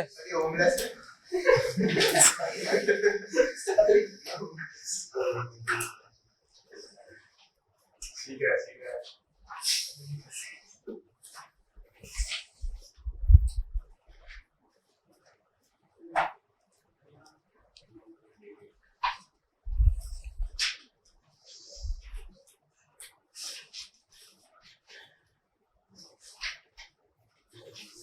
चले सर सॉल्व कराऊं मैं? सर सॉल्व कराएं? नहीं ना, बहुत से लोग मेरे आसरे पे यार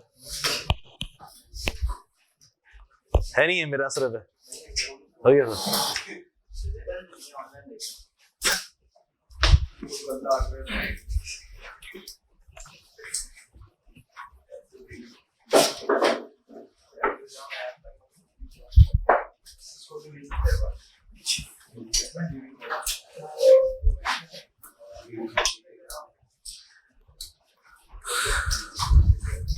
चले सर आगे बढ़े भाई लोग। सवाल नंबर 17। सर अपने को क्या क्या पता है? कॉस्ट ऑफ इक्विटी है के कितना? कॉस्ट ऑफ इक्विटी अपने पास 10.25%। ऐसा उसके बाद है जनाब कॉस्ट ऑफ प्रेफरेंस शेयर है ही नहीं। कॉस्ट ऑफ डेट सर कितना है? 7.15%। ऐसा उसके बाद है मेरे पास market price, market value of debenture. ऐसा सर कितने है मेरे पास डिबेंचर? 2000 multiply by 99.5। सर कितना? 199,000. दोबारा बोलिए। 199,000.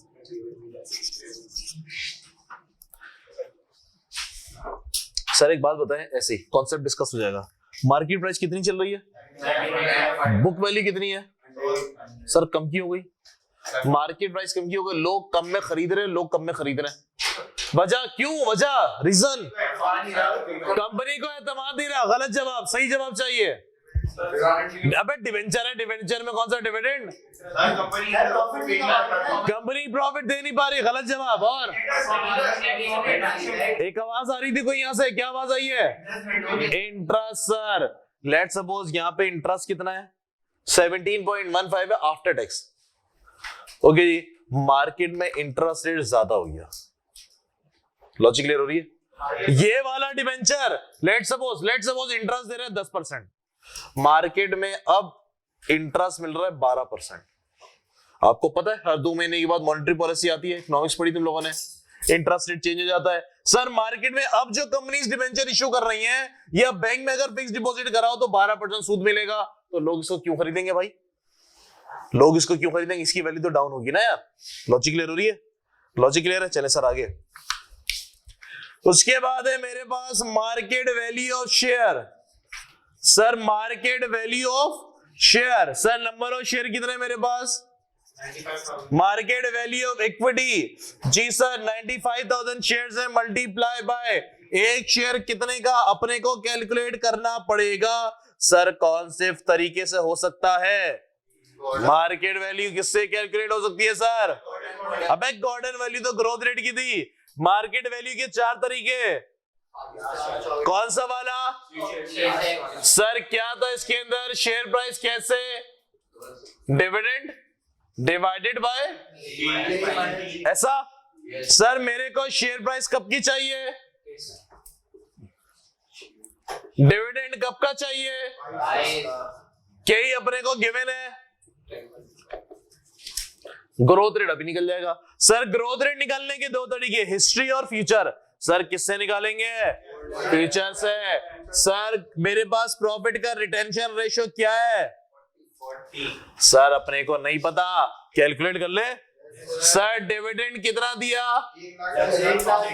इसको हम लोग बोलेंगे जनाब डिविडेंड पे आउट रेशियो, ऐसा? सर डिविडेंड कितना? 106, 500। कितना कमाया था तुमने? सर कितना प्रॉफिट बांट गए? रोक कितना लिया? कैसा खूबसूरत। कंपनी ने जो पैसा रोका 40%, इसको कहीं ना कहीं इन्वेस्ट किया होगा। और कितना कमाने की उम्मीदें रखते हैं?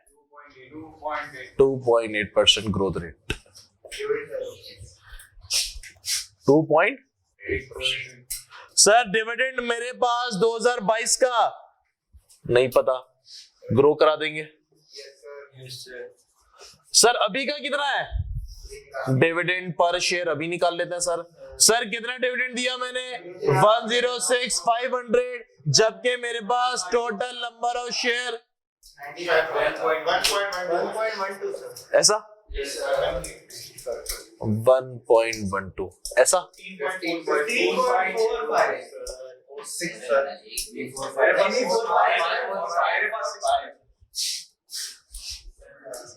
15.45 146 ऐसा सर। क्या हम बैग निकाल पाएंगे? खाली जगह पुर कर ली हमने।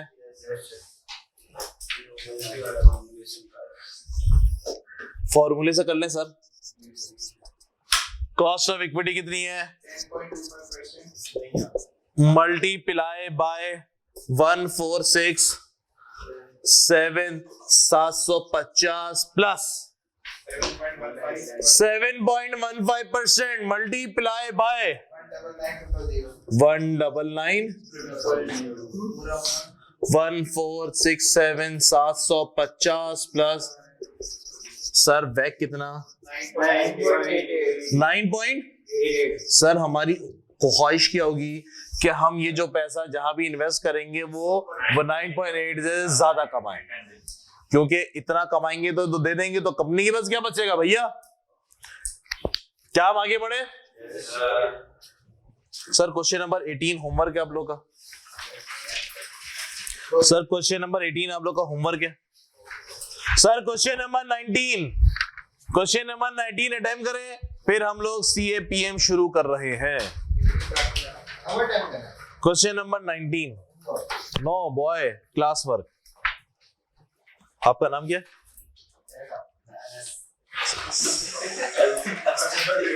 झूठ बोल रहा है।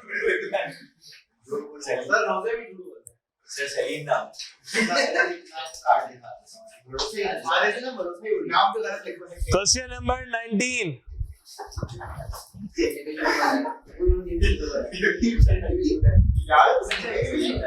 Sir question number 19। बैठ जाना पंडित।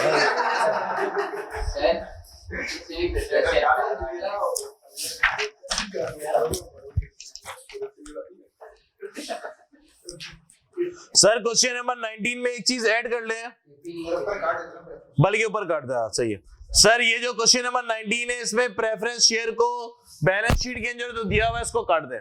हमारी फाइनेंसिंग प्रेफरेंस शेयर है ही नहीं। ये मुझे पेन दे दो, मैं अपने पास मेन हैंडआउट में अपडेट कर लूंगा। मेरा पेन दो यार, आप ये वाला पेन और वाला पेन जैसे। ये लो। चले सर, प्रेफरेंस शेयर नीचे मार्केट प्राइस, उसको भी काट दे। क्वेश्चन, हाँ काट दे। मार्केट प्राइस को भी काट दे। ये मैं अपने बाद में हैंडआउट में अपडेट कर दूंगा। वो तो छुपाई है मैंने, वो छुपाई है मैंने। Return on equity. Question number 19। Sameer Shaikh ROE return on equity को छुपाया है। मिसिंग इंफॉर्मेशन है, वो आपने फाइंड आउट करनी है।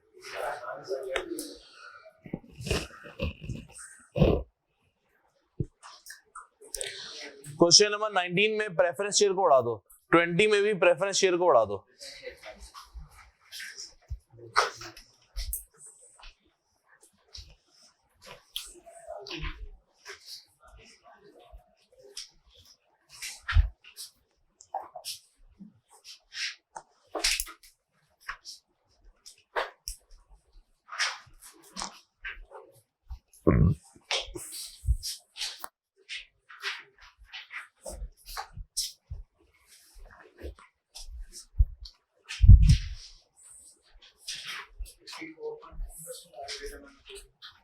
सॉरी बॉस, 54 बहुत ज्यादा नहीं है।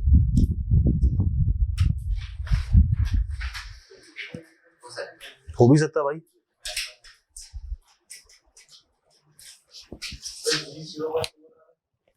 सॉरी, ग्रोथ रेट कितना? 81। रिटर्न ऑन इक्विटी कितनी निकाली भैया? रिटर्न ऑन इक्विटी निकाले बगैर तूने ग्रोथ रेट कैसे निकाल ली?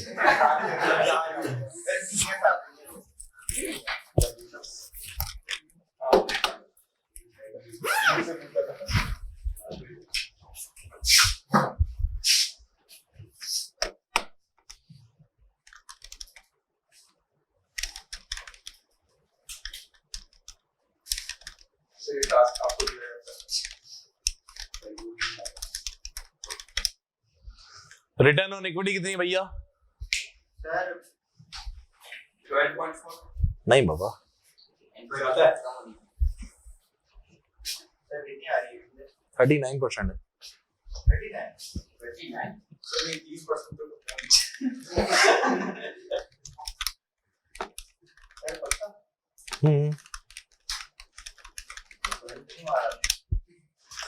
रिटर्न ऑन इक्विटी का फॉर्मूला क्या है? सुभान अल्लाह, सुभान अल्लाह। अबे पढ़ा हो तुम लोगों ने FAR 1 में यार।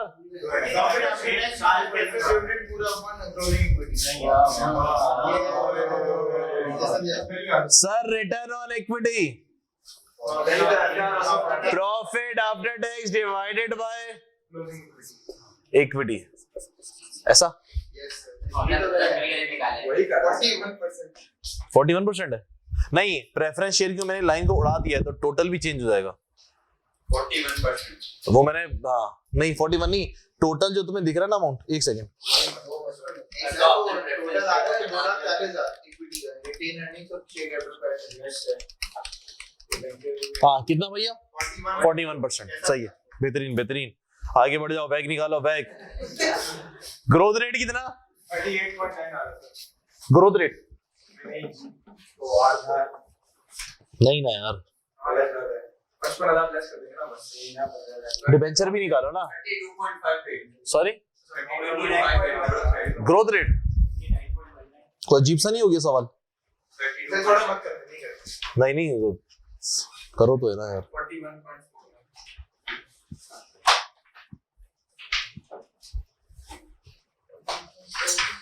41.4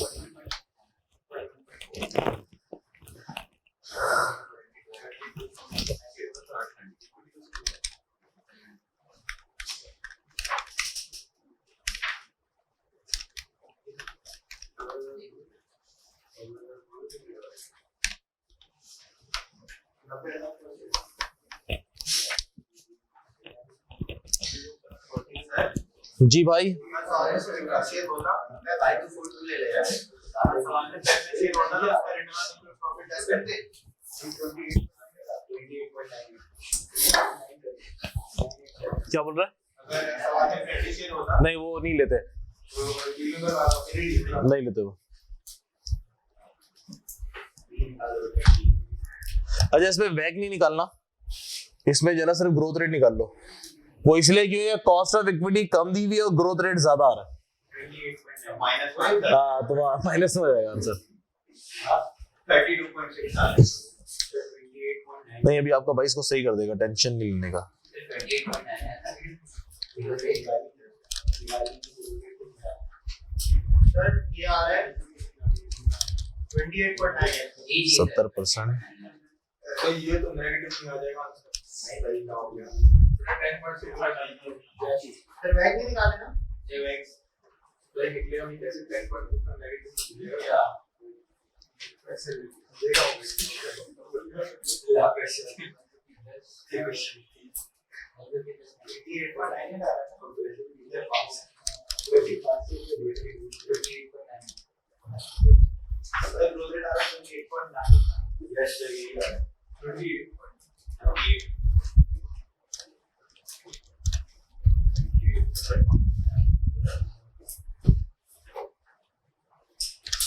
अच्छा जी यार एक चीज मैं चेंज कर रहा हूँ क्वेश्चन में, अगर आप बुरा ना मानो तो बैग निकल आएगा।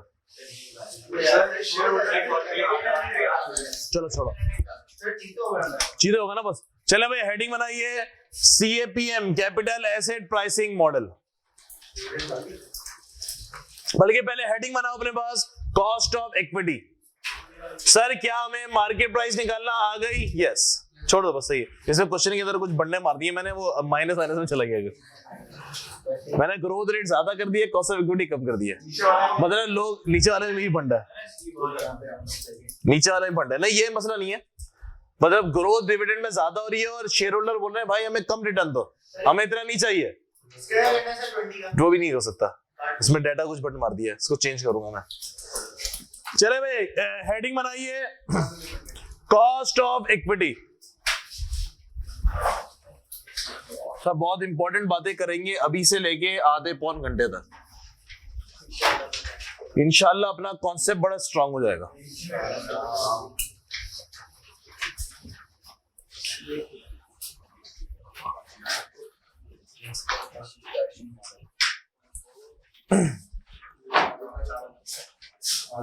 चलें सर आगे बढ़ते हैं। भैया मेन हेडिंग आप लोग बनाएंगे, सर मेन हेडिंग आप लोग बनाएंगे कॉस्ट ऑफ इक्विटी। हम लोग ये बढ़ने चले हैं, हम लोगों ने मार्केट प्राइस पढ़ ली, हम लोगों ने मार्केट प्राइस पढ़ लिया। सर कॉस्ट ऑफ इक्विटी याद है, पहला पेज तुम्हारे रजिस्टर का, उसमें हमने बोला था सर कॉस्ट ऑफ इक्विटी निकालने के दो तरीके याद है भैया, कौन कौन से? डिविडेंड वैल्यूएशन मॉडल और CAPM capital asset pricing model. Sir के कॉस्ट ऑफ इक्विटी का मतलब क्या है? Return required by share holder. कि सर शेयर होल्डर मुझसे कितना रिटर्न एक्सपेक्ट कर रहे हैं, सर शेयर होल्डर मुझसे कितना रिटर्न एक्सपेक्ट करते हैं? सर जो शेयर होल्डर मुझसे रिटर्न एक्सपेक्ट करते हैं उसको हम लोग क्या कहते हैं? डिविडेंड। ऐसा ऐसा डिविडेंड देना ना देना किसकी मर्जी? डायरेक्टर की। डायरेक्टर्स की। डिविडेंड देना ना देना किसकी मर्जी? डायरेक्टर की। लेकिन शेयर होल्डर उम्मीदें लगा के बैठे होते हैं कि हमें कितना डिविडेंड मिलेगा। ऐसा फ्री में तो कोई किसी को पैसा नहीं देता। क्या उम्मीदें लगा के बैठे होते हैं कि हमें इतना डिविडेंड मिलेगा? सर डिविडेंड निकालने के कॉस्ट ऑफ इक्विटी निकालने के 2 तरीके थे, याद है तुम लोगों ने लिखा था भैया? कौन कौन सा? एक था मेरे पास डिविडेंड वैल्यूएशन मॉडल। सर दूसरा क्या था मेरे पास? Capital asset pricing model, CAPM। ऐसा आज हम पढ़ना शुरू कर रहे हैं capital asset pricing model. Sir इसकी हेडिंग बना लीजिए। चले सर इसको समझने चलते हैं। आइए जनाब। सर मुझे एक बात बताइए, आपके पास 1 लाख रुपए पड़े हुए, आपने बोला जनाब 1 लाख रुपए पड़े हुए और इसके आप इन्वेस्टमेंट करना चाह रहे हो। आपके पास इन्वेस्टमेंट के 2 ऑप्शन है। आपके पास इन्वेस्टमेंट के 2 ऑप्शन है, चले 3 ही ऑप्शन है।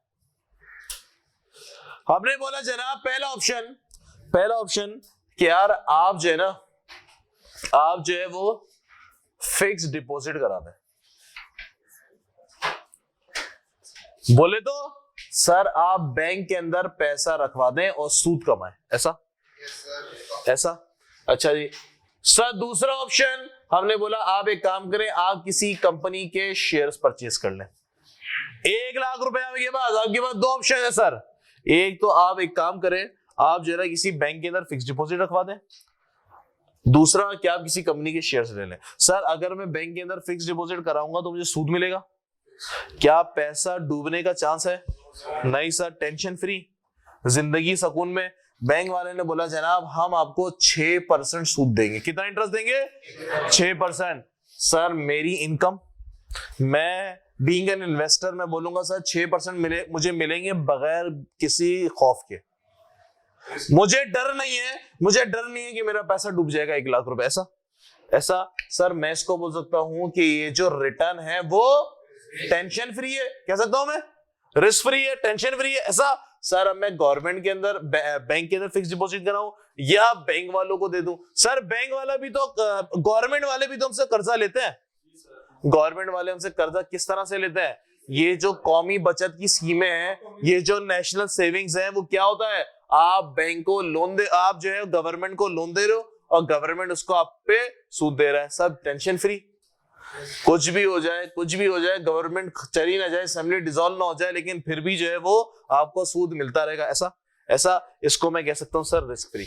अगर तो आपने जिंदगी में टेंशन नहीं पालनी तो आप सूद पे पैसा रखवा दें, लेकिन इसके दूसरे इंपैक्ट है, मुसीबत आने शुरू हो जाएंगे। ठीक है जी, हराम है ना यार। चला जी आगे। सर दूसरा हमने बोला सर एक काम करते हैं, हम लोग जो है ना किसी कंपनी के शेयर खरीद लेते हैं। सर किसी कंपनी के शेयर खरीदेंगे तो सर मुझे क्या मिलेगा? डिविडेंड मिलेगा। सर मैंने जिंदगी की टेंशन पाल ली। सर क्यों? आप शेयर खरीद रहे, सर आपको पता नहीं है, हो सकता है अभी ये शेयर 30 रुपए का हो, सर कल को ये 20 रुपए का हो जाए। सर क्या पता कि कल को ये शेयर जो है 80 रुपए का हो जाए, नहीं पता हो जाए। इसका मतलब सर इसमें रिस्क इन्वॉल्व हो गया। ऐसे ही सर जब मैं टेंशन पाल रहा हूं तो मैं यहां पे रिटर्न ज्यादा एक्सपेक्ट करूंगा। कह सकता हूं सर बगैर टेंशन के रिस्क कितना है? यहां पे 6% से ज्यादा लूंगा।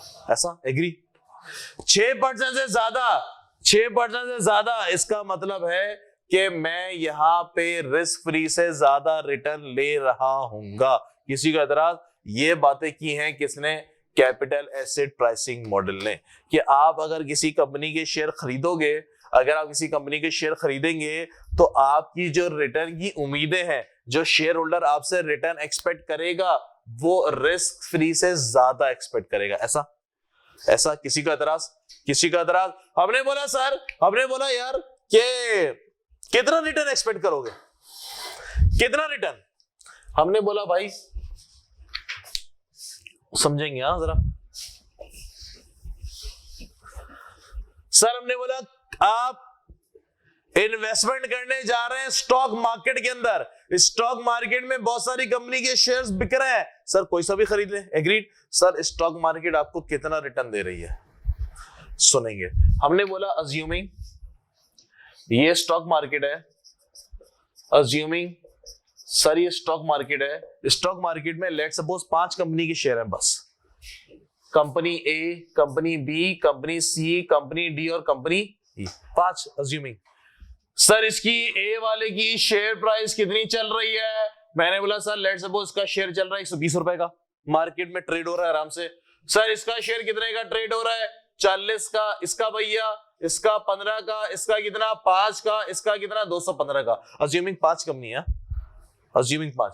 हमने बोला इसका डिविडेंड पर शेयर इसने कितना दिया? हमने बोला सर इसने जो डिविडेंड पर शेयर दिया है वो लेट सपोज 11 रुपए दिया। सर इसने कितना दिया? इसने लेट सपोज 5 रुपए दिया डिविडेंड पर शेयर। सर इसने कितना डिविडेंड दिया है भैया? इसने कितना डिविडेंड दिया? सर इसने अज्यूमिंग डिविडेंड दिया 3 रुपए। इसने कितना दिया? इसने नहीं दिया। इसने कितना डिविडेंड दिया? सर 18 रुपए। एग्रीड? एग्रीड? किसी को एतराज नहीं है? सर आपने हर कंपनी के एक एक शेयर ले लिए, गौर से समझेंगे, आपने हर कंपनी के एक एक शेयर ले लिए। ऐसा सर आपकी इन्वेस्टमेंट कितनी हो गई? 395। 395। सर आपको डिविडेंड मिला कितना? 37। ऐसा आपने हर कंपनी के एक एक शेयर ले लिए, आपने, आपका मतलब आपकी इन्वेस्टमेंट पूरी स्टॉक मार्केट में। स्टॉक मार्केट कितना रिटर्न दे रही है? 9.36। ऐसा इसका मतलब स्टॉक मार्केट का जो रिटर्न है वो 9.36% है। कह सकता हूं, कह सकता हूं ऐसा होल पूरी स्टॉक मार्केट का रिटर्न कितना है? 9.36%। सर मैं अगर सूद पे पैसा रखवाने जाऊंगा तो कितना सूद मिलेगा मुझे? 6%। कितना मिलेगा भैया? 6% सूद पे। मार्केट में होगा तो कितना मिलेगा?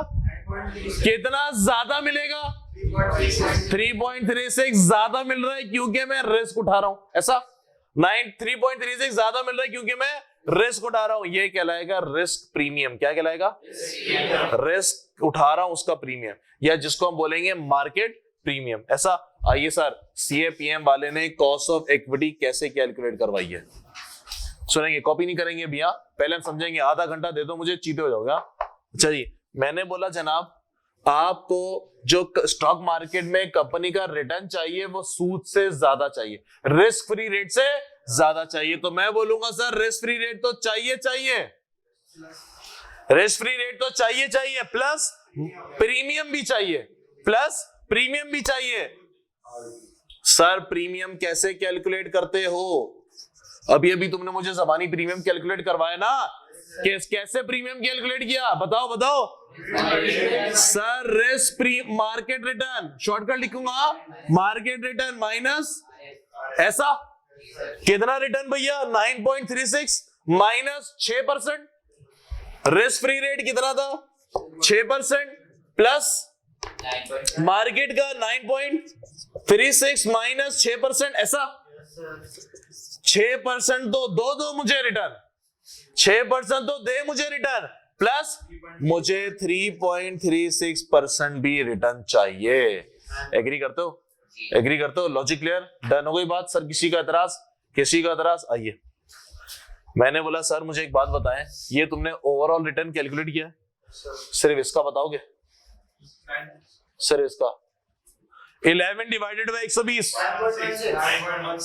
9.16। सिर्फ इसका बताइए। हाँ 12.5। सिर्फ इसका 20%। सिर्फ इसका, सिर्फ इसका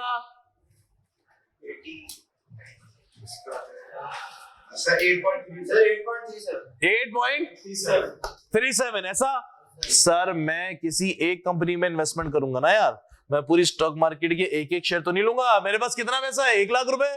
सर एक कंपनी के शेयर ले ले, 20 बी के ले ले। स्टॉक मार्केट में तो 700 कंपनी लिस्टेड है पाकिस्तान के अंदर, दुनिया के अंदर तो बेताश है। सर 1 लाख रुपए के कौन से शेयर खरीदे, ए के ले, बी के ले, चलो 3-4 के मिला के ले लो, पूरे कंपनी के तो नहीं ले सकते। अबे वो तो छोड़ना, सही है, किसके ले अभी तो सोच रहे ना, अभी तो प्लानिंग कर रहा है। हमने बोला सर किस, सर सुना है, हमने बोला जनाब हम ए कंपनी के शेयर खरीदे, बी के ले, सुने, हमने बोला जनाब हर किसी का रिटर्न चेंज हो रहा है। मैं अगर ई कंपनी के शेयर लेता हूं, सुनिएगा, मैंने बोला सर बात चल रही है सारी रिस्क की, मैं अगर ई कंपनी के शेयर ले रहा हूं, मैं अगर ई कंपनी के शेयर्स ले रहा हूं और ई कंपनी का रिस्क बकिया कंपनियों से ज्यादा है, ई कंपनी का रिस्क बकिया कंपनियों से ज्यादा है, तो मुझे ई कंपनी में ज्यादा रिटर्न चाहिए होगा। लॉजिक समझ में आया मैं क्या बोल गया?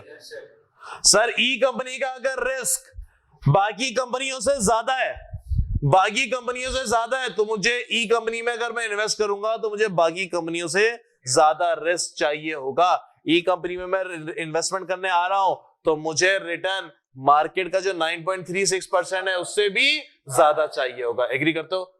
एग्री करते हो? बात मानते हो? किसी का एतराज? सर अगर मैं बी कंपनी में आ रहा हूं, बी कंपनी का रिस्क कम है, बी कंपनी का रिस्क कम है बाकी कंपनियों के मुकाबले में, तो मुझे इस पे जो रिटर्न है वो 9.38% से कम चाहिए होगा, लेकिन 6% से रिस्क फ्री से ज्यादा। लॉजिक समझ में आ रही है? क्लियर करना चाह रहा हूं मैं क्या कहना चाह रहा हूं, पक्का?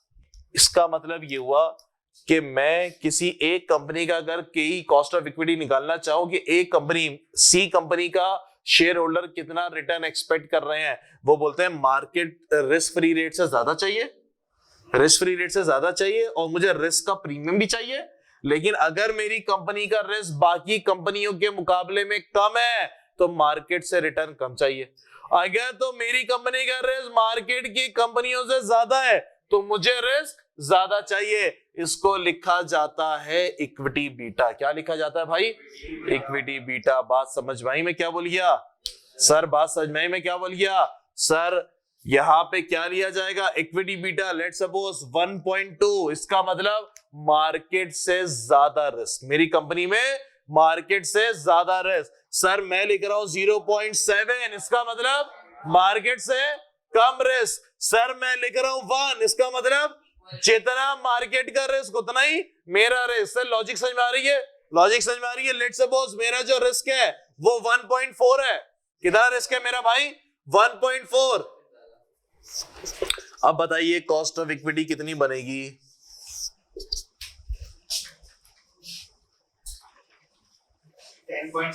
10.7%। इसका मतलब मार्केट में कितना रिटर्न था?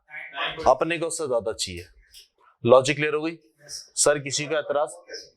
ये कैसे निकलेगा? सवाल बिल्कुल ज्यादा, हर चीज निकालने के 2, 3, 5, 6 तरीके सीखेंगे। लॉजिक क्लियर हो रही है भाई? सर किसी का एतराज है तो बताइए। आपको सीएपीएम का ऑब्जेक्टिव पता चला कि सीएपीएम ने क्या सोच के मॉडल लेकर आया? क्या उसकी सोच सही है? बिल्कुल सही सोच है यार। जितना रिस्क उतना रिटर्न। पक्का? चले सर इसको कॉपी कर लें, फिर हम लोग बी को पढ़ने चलेंगे कि बी क्या चीज है। मार्केट रिटर्न पता, रिस्क फ्री रेट पता, अब बी इक्विटी बीटा पढ़ने चलेंगे क्या चीज है, ये रिस्क कैसे कैलकुलेट होता है। तो है ये तुम्हारा एमएफए कर लेता। 20,000 रुपए की नौकरी लगी होती है, मजे से जिंदगी गुजार रहे होते हैं।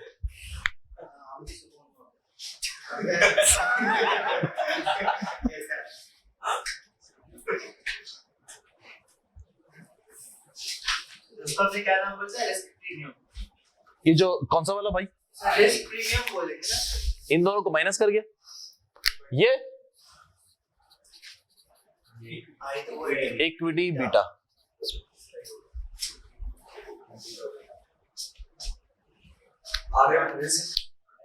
आरएफ का मतलब रिस्क मार्केट रिटर्न। RM का मतलब मार्केट रिटर्न, लिख देता हूँ मैं इसे। RF is free. हाँ, RF का मतलब risk free return rate, RM का मतलब मार्केट रिटर्न, इसमें रिस्क होगा। RM मतलब माइनस, बिल्कुल होगा, RM माइनस RF का मतलब प्रीमियम। इसको तुम रिस्क प्रीमियम बोल लो कि सर मैं रिस्क ले रहा हूं तो मेरे को प्रीमियम चाहिए, ऐसा। और बीई को हम क्या बोलेंगे, इक्विटी बीटा। सर कॉन्सेप्ट समझ में आया सीएपीएम वालों का? 2-3 क्लासें और लगेंगी, फिर हम अपने जो ना क्वेश्चन की तरफ आ सकेंगे। और क्वेश्चन भी तुम लोग के पास जो ना वो बीएफडी वाला है, तो उसमें फिर पता है सारे कितने होंगे, मतलब सॉल्व तो हम लोग, मैं तुम्हें तकरीबन 20 से 25 सवाल दूंगा पास पेपर्स के। मेरी कोशिश ये होगी कि तकरीबन 10 मैं कराऊं और 15 तुम लोग खुद से करो, और फिर डिस्कस करें उसको कि तुम लोग क्या भंड मार रहे हो, होमवर्क सॉर्ट ऑफ, कि तुम लोग क्या भंड मार रहे हो, क्या गलती कर रहे हो। लेकिन पहले तुम लोग उसके लिए तैयार हो जाओ ना, कॉन्सेप्ट वगैरह।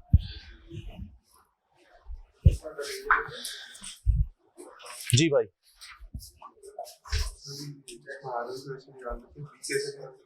बी बोले तो रिटेंशन लिखो जरा। B is equal to profit retained, जितना डिविडेंड दे दिया वो हटा के profit retained divided by profit after tax. Profit retained पता है कैसे होगा, नीचे लिखो, profit retained is equal to total profit minus total dividend जो बच गया। सही है।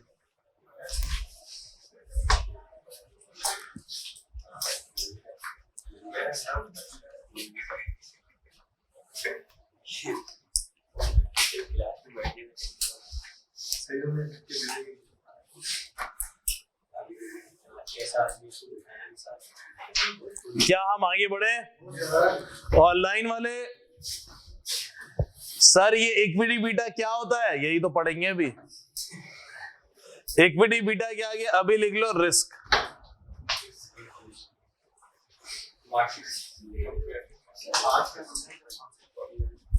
जी भाई, यही तो पढ़ना है सारा खेल ही इसका। एग्जामिनर घुमाता इक्विटी बीटा के अंदर एग्जाम में।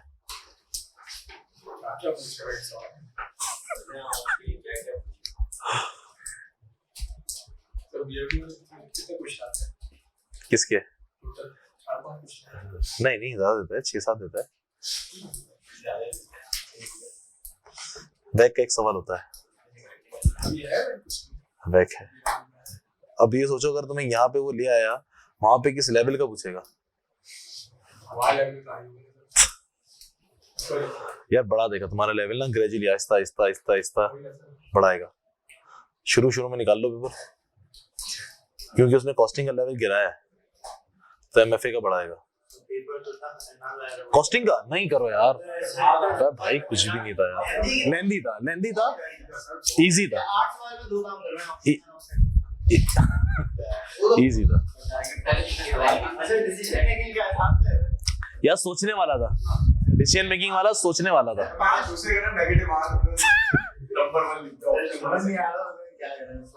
क्या पता है हम लोग ऐसा क्यों कर रहे होते हैं? जो मैं फील करता हूँ ना, हम लोग ये कर रहे हैं कि हमारी प्रैक्टिस बहुत ज्यादा है, लैक ऑफ टेस्ट है, कि हम लोग ना टेस्ट नहीं देते। हम लोग पहला सवाल देख के कर नहीं पाते। हाँ, हम लोग सारे वो प्रैक्टिस करते हैं जो हम पहले से 1 दफा क्लास में कर चुके हैं, 2 दफा घर पे कर चुके हैं, 3 दफा दोस्त के साथ। नए वाले सवाल हम लोग पता ही नहीं पढ़ना कैसे। हम लोग यहाँ पे मार खाते हैं। जितनी जनता को उठा के देखो ना, नया सवाल देखेंगे हाथ पैर फूल जाता है। टीचर खड़े होके करवा देंगे ना, हाँ मस्त है यार, समझ में आ गया। तो हमारी वो चीज आदत नहीं है ना। मैंने भी कॉस्टिंग में, तुम लोग जो बैठे हो ना, कोई 2-3 तो तुमने बैठा हुआ है, मैं ये कर रहा हूँ ना, तुम लोग के पास भी करेंगे। तुम लोग का थोड़ा मवाद जमा हो जाए, चीजें हम कॉन्सेप्ट पढ़ लें, फिर टेस्ट पे फोकस कर लेंगे। हफ्ते में ना 1 टेस्ट लिया करेंगे। तुम लोग आवाम भी कम है, तो चेकिंग वेकिंग भी आराम से हो जाएगी इंशाल्लाह। जब बच्चे मेरे बढ़ जाएंगे तो ये फिर इसका कुछ प्लान कर लेंगे चेकिंग का। अभी तो कॉस्टिंग में भी कम है, इधर भी कम है, तो कम है, सही है। हाँ रिकॉर्डिंग हो रही है, सुनिए देखिए मैंने तो यार मेरे ख्याल से कोई एक्सपेक्टेड है कि तो बैठे हुए 60 वाटों तो बैठे हुए 60 तक होंगे मेरे ख्याल से, 60 तो होंगे मेरे ख्याल से ना, हाँ 60 तो होंगे मेरे ख्याल से।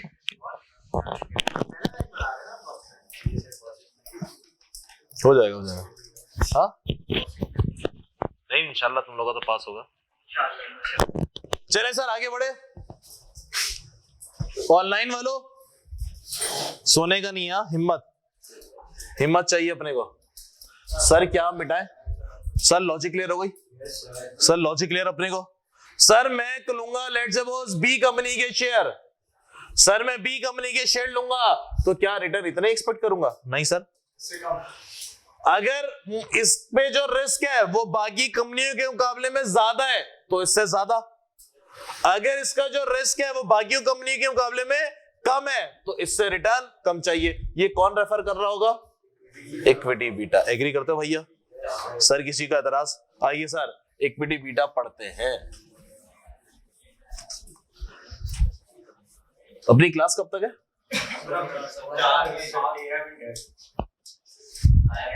क्लास टाइम पे शुरू हुई थी हमारी? नहीं लेट हुआ था ना शायद थोड़ा, कॉस्टिंग में लेट हुआ था आज 15 मिनट। चले सर आइए सर पढ़ने चलते हैं जरा। सर आए, बहुत इंपॉर्टेंट तलब बात होने वाली है अगले 15-20 मिनट के अंदर। सर रिस्क क्या होता है? इंग्लिश वाला रिस्क यार। सर रिस्क क्या होता है? खतरा। सर कंपनी को किस किस चीज का रिस्क है? सर कंपनियों को किस किस चीज का रिस्क है बताओ भाई। सर पहला रिस्क सर पहला रिस्क कि सर मैंने जो प्लांट लगाया है वो ऐसी जगह पे लगाया है, मैंने जो प्लांट लगाया है वो ऐसी जगह पे लगाया है जहां पे सैलाब आ सकता है।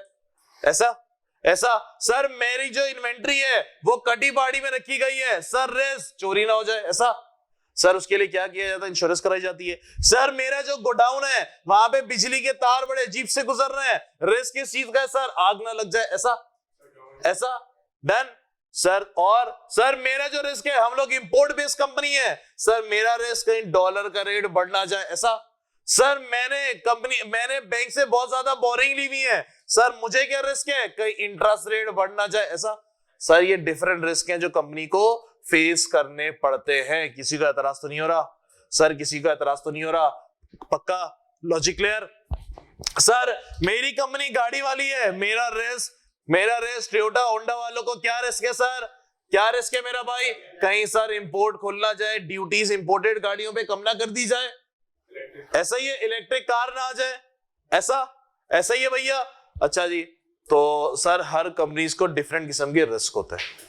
सर एक और रिस्क कि सर कहीं जो है वो सीईओ सीएफओ की डेथ ना हो जाए।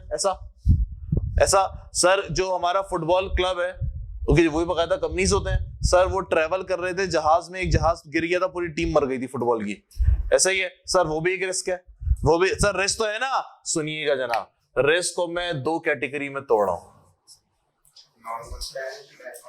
सर रिस्क को मैं 2 कैटेगरियों में तोड़ रहा हूं।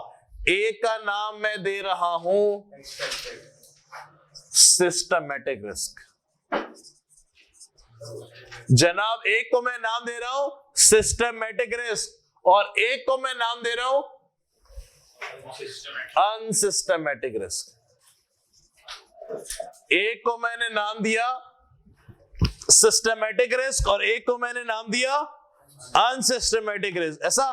ऐसा सर सिस्टमैटिक रिस्क का मतलब ये कौन सा सिस्टम? सर सिस्टमैटिक रिस्क का मतलब सिस्टम। सर कौन सा सिस्टम? तुम्हारा इकोनॉमिक सिस्टम। सर कौन सा सिस्टम? इकोनॉमिक बोले तो मईशत। सर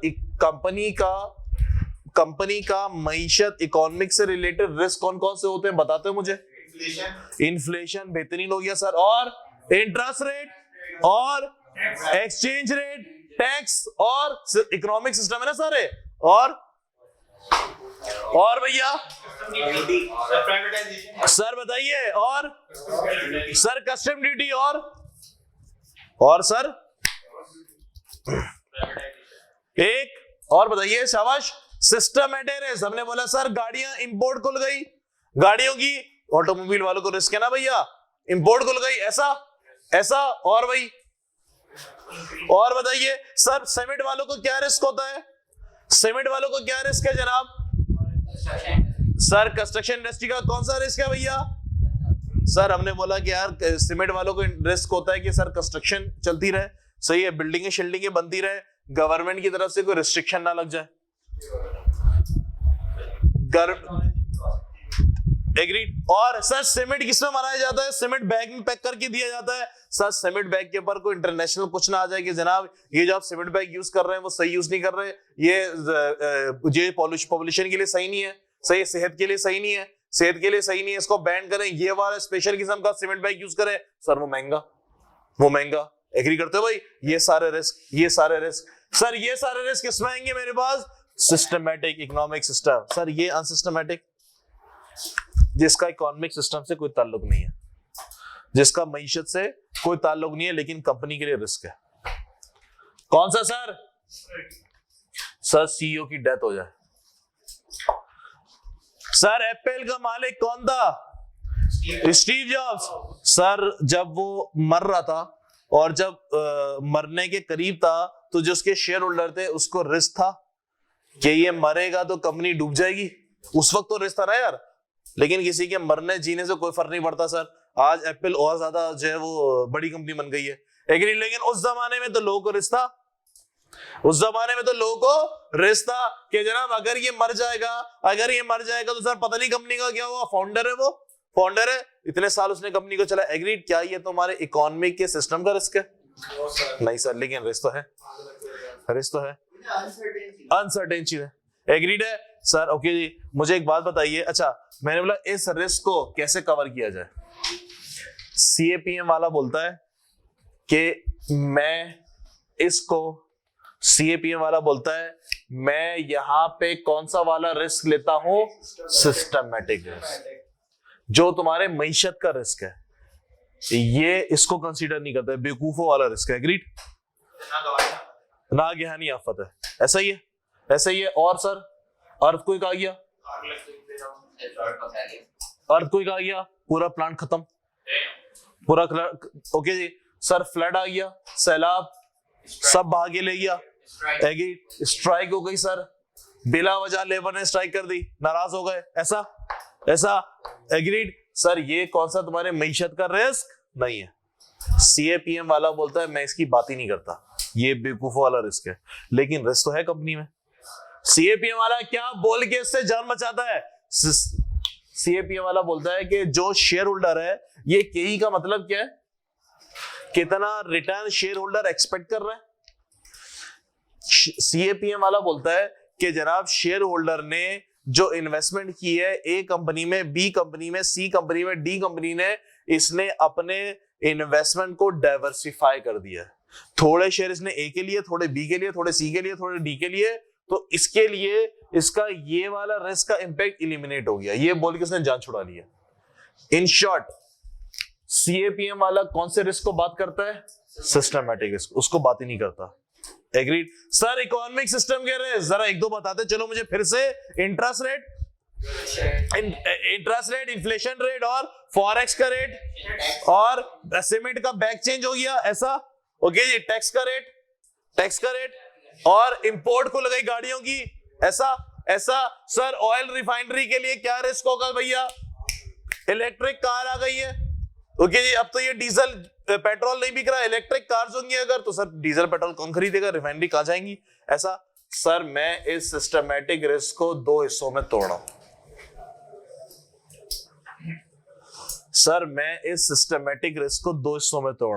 वो रिस्क जो कि बिजनेस से रिलेटेड है, इसको मैं क्या बोलूंगा? Business risk. वो रिस्क जो बिजनेस से रिलेटेड है, इसको मैं क्या बोलूंगा? Business risk. सर कौन कौन से बताइए? सर इंपोर्टेड कार्स, ऐसा। सर इंपोर्टेड कार खुल गई है, ड्यूटी कम कर दी है, आपकी लोकल इंडस्ट्री होंडा सुजुकी का बेड़ा गर्क हो जाएगा। कौन खरीदेगा इतनी महंगी गाड़ी कत्ते वाली? ऐसा ही है, ऐसा ही है, सब वाली गाड़ी खरीदेंगे यार। वो क्यों नहीं खरीद पाते सर? एक तो इंपोर्ट बंद है, दूसरा इंपोर्ट की ड्यूटी इतनी लगी हुई है, उसकी जो कॉस्ट है पता नहीं कहां से कहां निकल जाती है। ऐसा अगर अभी इंपोर्ट ड्यूटी खत्म कर दें, इंपोर्ट ऑन कर दें, तो सर कितनी गाड़ी आ जाएंगी, कोई पूछेगा भी नहीं इनको, सुजुकी इन सबको। ऐसा सर इनके बिजनेस के ऊपर रिस्क आई है, होंडा टोयोटा कोरोला वालों को क्या बिजनेस के ऊपर रिस्क आई है? यस, एग्री करते हो? एग्री करते हो? और सर रिफाइनरी वालों को क्या रिस्क है? उनका कारोबार का रिस्क। सर बनाते क्या रिफाइनरी वाले? Petrol diesel. हमने सर इलेक्ट्रिक कार लॉन्च कर दी, हर जगह इलेक्ट्रिक कार है। पंप पे जाएं, गिजरी में जो शेल का पंप है वो ऑफर भी कर रहा है। क्या है सर? इलेक्ट्रिक कार है, वहां पे स्विच दिया हुआ है, बैटरी चार्ज हो जाएगी। ओके, दुनिया में तो है, दुनिया में तो है। हमने सर अगर तो इलेक्ट्रिक कार आ जाएगी, अगर तो इलेक्ट्रिक कार आ जाएगी तो क्या रिफाइनरियां हमारी चल पाएंगी? भाई सर बिजनेस ठप हो जाएगा। सर लॉकडाउन लगा था, ट्रैवलिंग बंद हो गई थी, इंटरसिटी गाड़ियां बस ट्रेन में चलना बंद हो गई थी, उस वक्त इनका पेट्रोल डीजल नहीं बिक रहा था।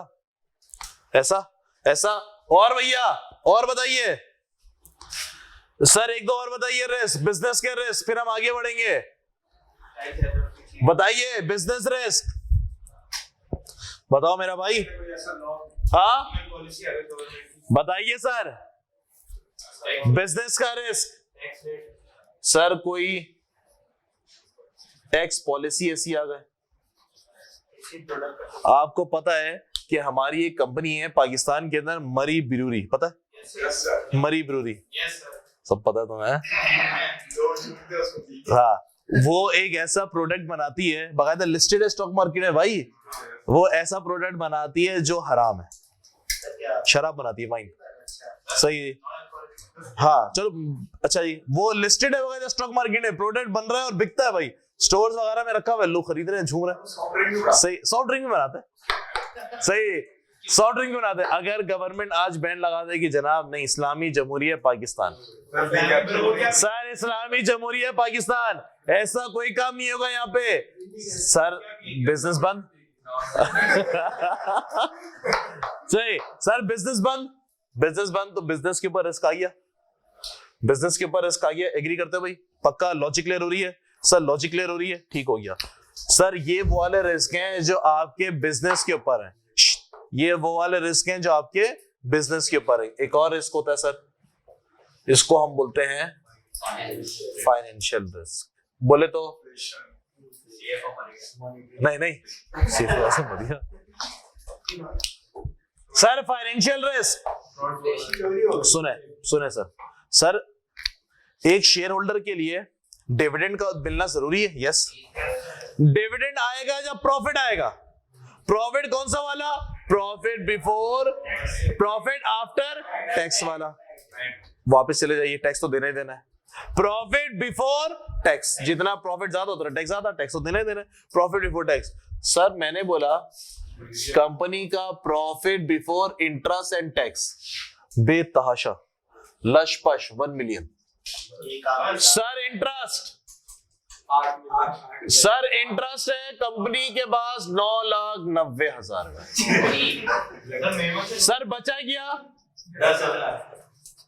टैक्स वाला ले जाएगा, ला भाई मेरा हिस्सा दे 3,000, भाई बचा गया बेड़ा गर्क। शेयर होल्डर बोलेगा मुझे मिलेगा क्या? यहां तक तो बड़ा अच्छा चल रहा था, यहां तक तो बड़ा अच्छा चल रहा था। हमने बोला सर बात अभी खत्म नहीं हुई है, कंपनी तो मजीद लोन लेने के लिए जा रही है। बात अभी खत्म नहीं है, कंपनी मजीद लोन लेने के लिए जा रही है। तो बचेगा क्या? बचेगा क्या? सर एक वक्त ऐसा आएगा कि जब इंटरेस्ट जो है ना वो बहुत ज्यादा बढ़ चुका होगा। सही है, प्रॉफिट कम, बेड़ा गर्क, कंपनी को खत्म होने की तरफ चल पड़ी, गमजन, कंपनी खत्म होने की तरफ गमजन। एग्री करते हो? सर ये रिस्क कौन सा कहलाएगा? ये रिस्क कौन सा कहलाएगा? Financial risk. एग्री करते हैं? सर इंटरेस्ट रेट बढ़ गया, इंटरेस्ट रेट बढ़ गया, कौन सा रिस्क है सर? Financial risk. एग्री करते हो? मैंने सिस्टमैटिक रिस्क को दोनों हिस्सों में तोड़ दिया। सर इक्विटी बीटा इसकी बातें करता है। बात समझ में क्या बोलिया? इक्विटी बीटा का मतलब बिजनेस का रिस्क भी और फाइनेंशियल इंटरेस्ट का रिस्क भी। एग्रीड? एग्रीड। अब सुने सर, सुने, मैं इस कंपनी के शेयर खरीदने जा रहा हूं, रिस्क ज्यादा, रिटर्न ज्यादा लूंगा, रिस्क ज्यादा तो रिटर्न भी ज्यादा एक्सपेक्ट करूंगा। इधर आइए सर, इसके बराबर में एक और कंपनी थी, प्रॉफिट उसके 1 मिलियन के, सर इंटरेस्ट कुछ है ही नहीं या बहुत कम है, प्रॉफिट बिफोर टैक्स की तरह, रिस्क कम है, तो मैं रिटर्न भी कम एक्सपेक्ट करूंगा। एग्री करते हैं? मैं रिटर्न भी कम एक्सपेक्ट करूंगा। एग्री करते हैं? मैं क्या बोलना चाह रहा हूं, मैं कहना क्या चाह रहा हूं, सुनिएगा सर। ये इक्विटी बीटा बात करता है दोनों रिस्क की, बिजनेस रिस्क की भी और फाइनेंशियल रिस्क की भी। अगर मैं सिर्फ बिजनेस रिस्क बोलूंगा, अगर मैं सिर्फ और सिर्फ बिजनेस रिस्क बोलूंगा, तो मैं इसको बोलूंगा एसेट बीटा। क्या बोलूंगा? Asset beta. बात समझ में आई? बातें आगे बढ़ती जा रही हैं, बातें अब आगे बढ़ती जा रही हैं।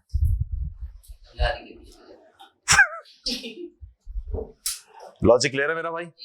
अगर मैं दोनों रिस्क को बोलूंगा तो इक्विटी बीटा, अगर मैं सिर्फ बिजनेस रिस्क को बोलूंगा तो सर लेट्स सपोज इक्विटी, ये बिजनेस रिस्क निकल कर आया मेरे पास, अज्यूमिंग 0.6, कैसे निकलेगा सब सीखेंगे। 0.6 सर ये निकल कर आया मेरे पास, लेट्स सपोज 0.8, तो ये कितना? 1.4। बात समझ में आई? पक्का? सर फाइनेंशियल रिस्क कुछ भी नहीं है, कंपनी को 1 रुपए का लोन नहीं है, तो इंटरेस्ट रेट बढ़े कम हो अपनी भला से, ऐसा। सर ये कितना? ये कितना हो जाएगा? बात समझ में आई? कहने का मकसद है, कहने का मकसद है इक्विटी बीटा ज्यादा होगा, एसेट बीटा कम होगा। कह सकता हूं इक्विटी बीटा के अंदर दोनों रिस्क होंगे, ये भी हो रहा है, ये भी, दोनों ऐड, जबकि बिजनेस रिस्क का मतलब सिर्फ और सिर्फ asset beta. Logic clear? Equity beta ज्यादा, एसेट बीटा कम। लॉजिक क्लियर हो रही है? अभी हम लिख के एग्जांपल से करेंगे ना, तो अपने को बिल्कुल पक्का हो जाएगा, पक्का हो जाएगा अपने को। टेंशन नहीं है, आगे बढ़ू, टेंशन नहीं है, आगे बढ़े। अच्छा सर, मैं ये कह सकता हूं, मैं कह सकता हूं अगर तो कंपनी के पास 1 रुपए का भी लोन नहीं है, अगर तो मोबाइल छोड़, अगर तो कंपनी के पास 1 रुपए का भी लोन नहीं है, ऐसा, तो मैं कह सकता हूं इक्विटी बीटा और एसेट बीटा दोनों कैसे हो जाएंगे? सेम। लॉजिक क्लियर हो रही है? चले सर कॉपी कर ले, आज के लिए हम इतने रखेंगे। सही जी, आज के लिए हम इतने रखेंगे, कल इंशाल्लाह फिर इसकी और डिटेल में चलेंगे।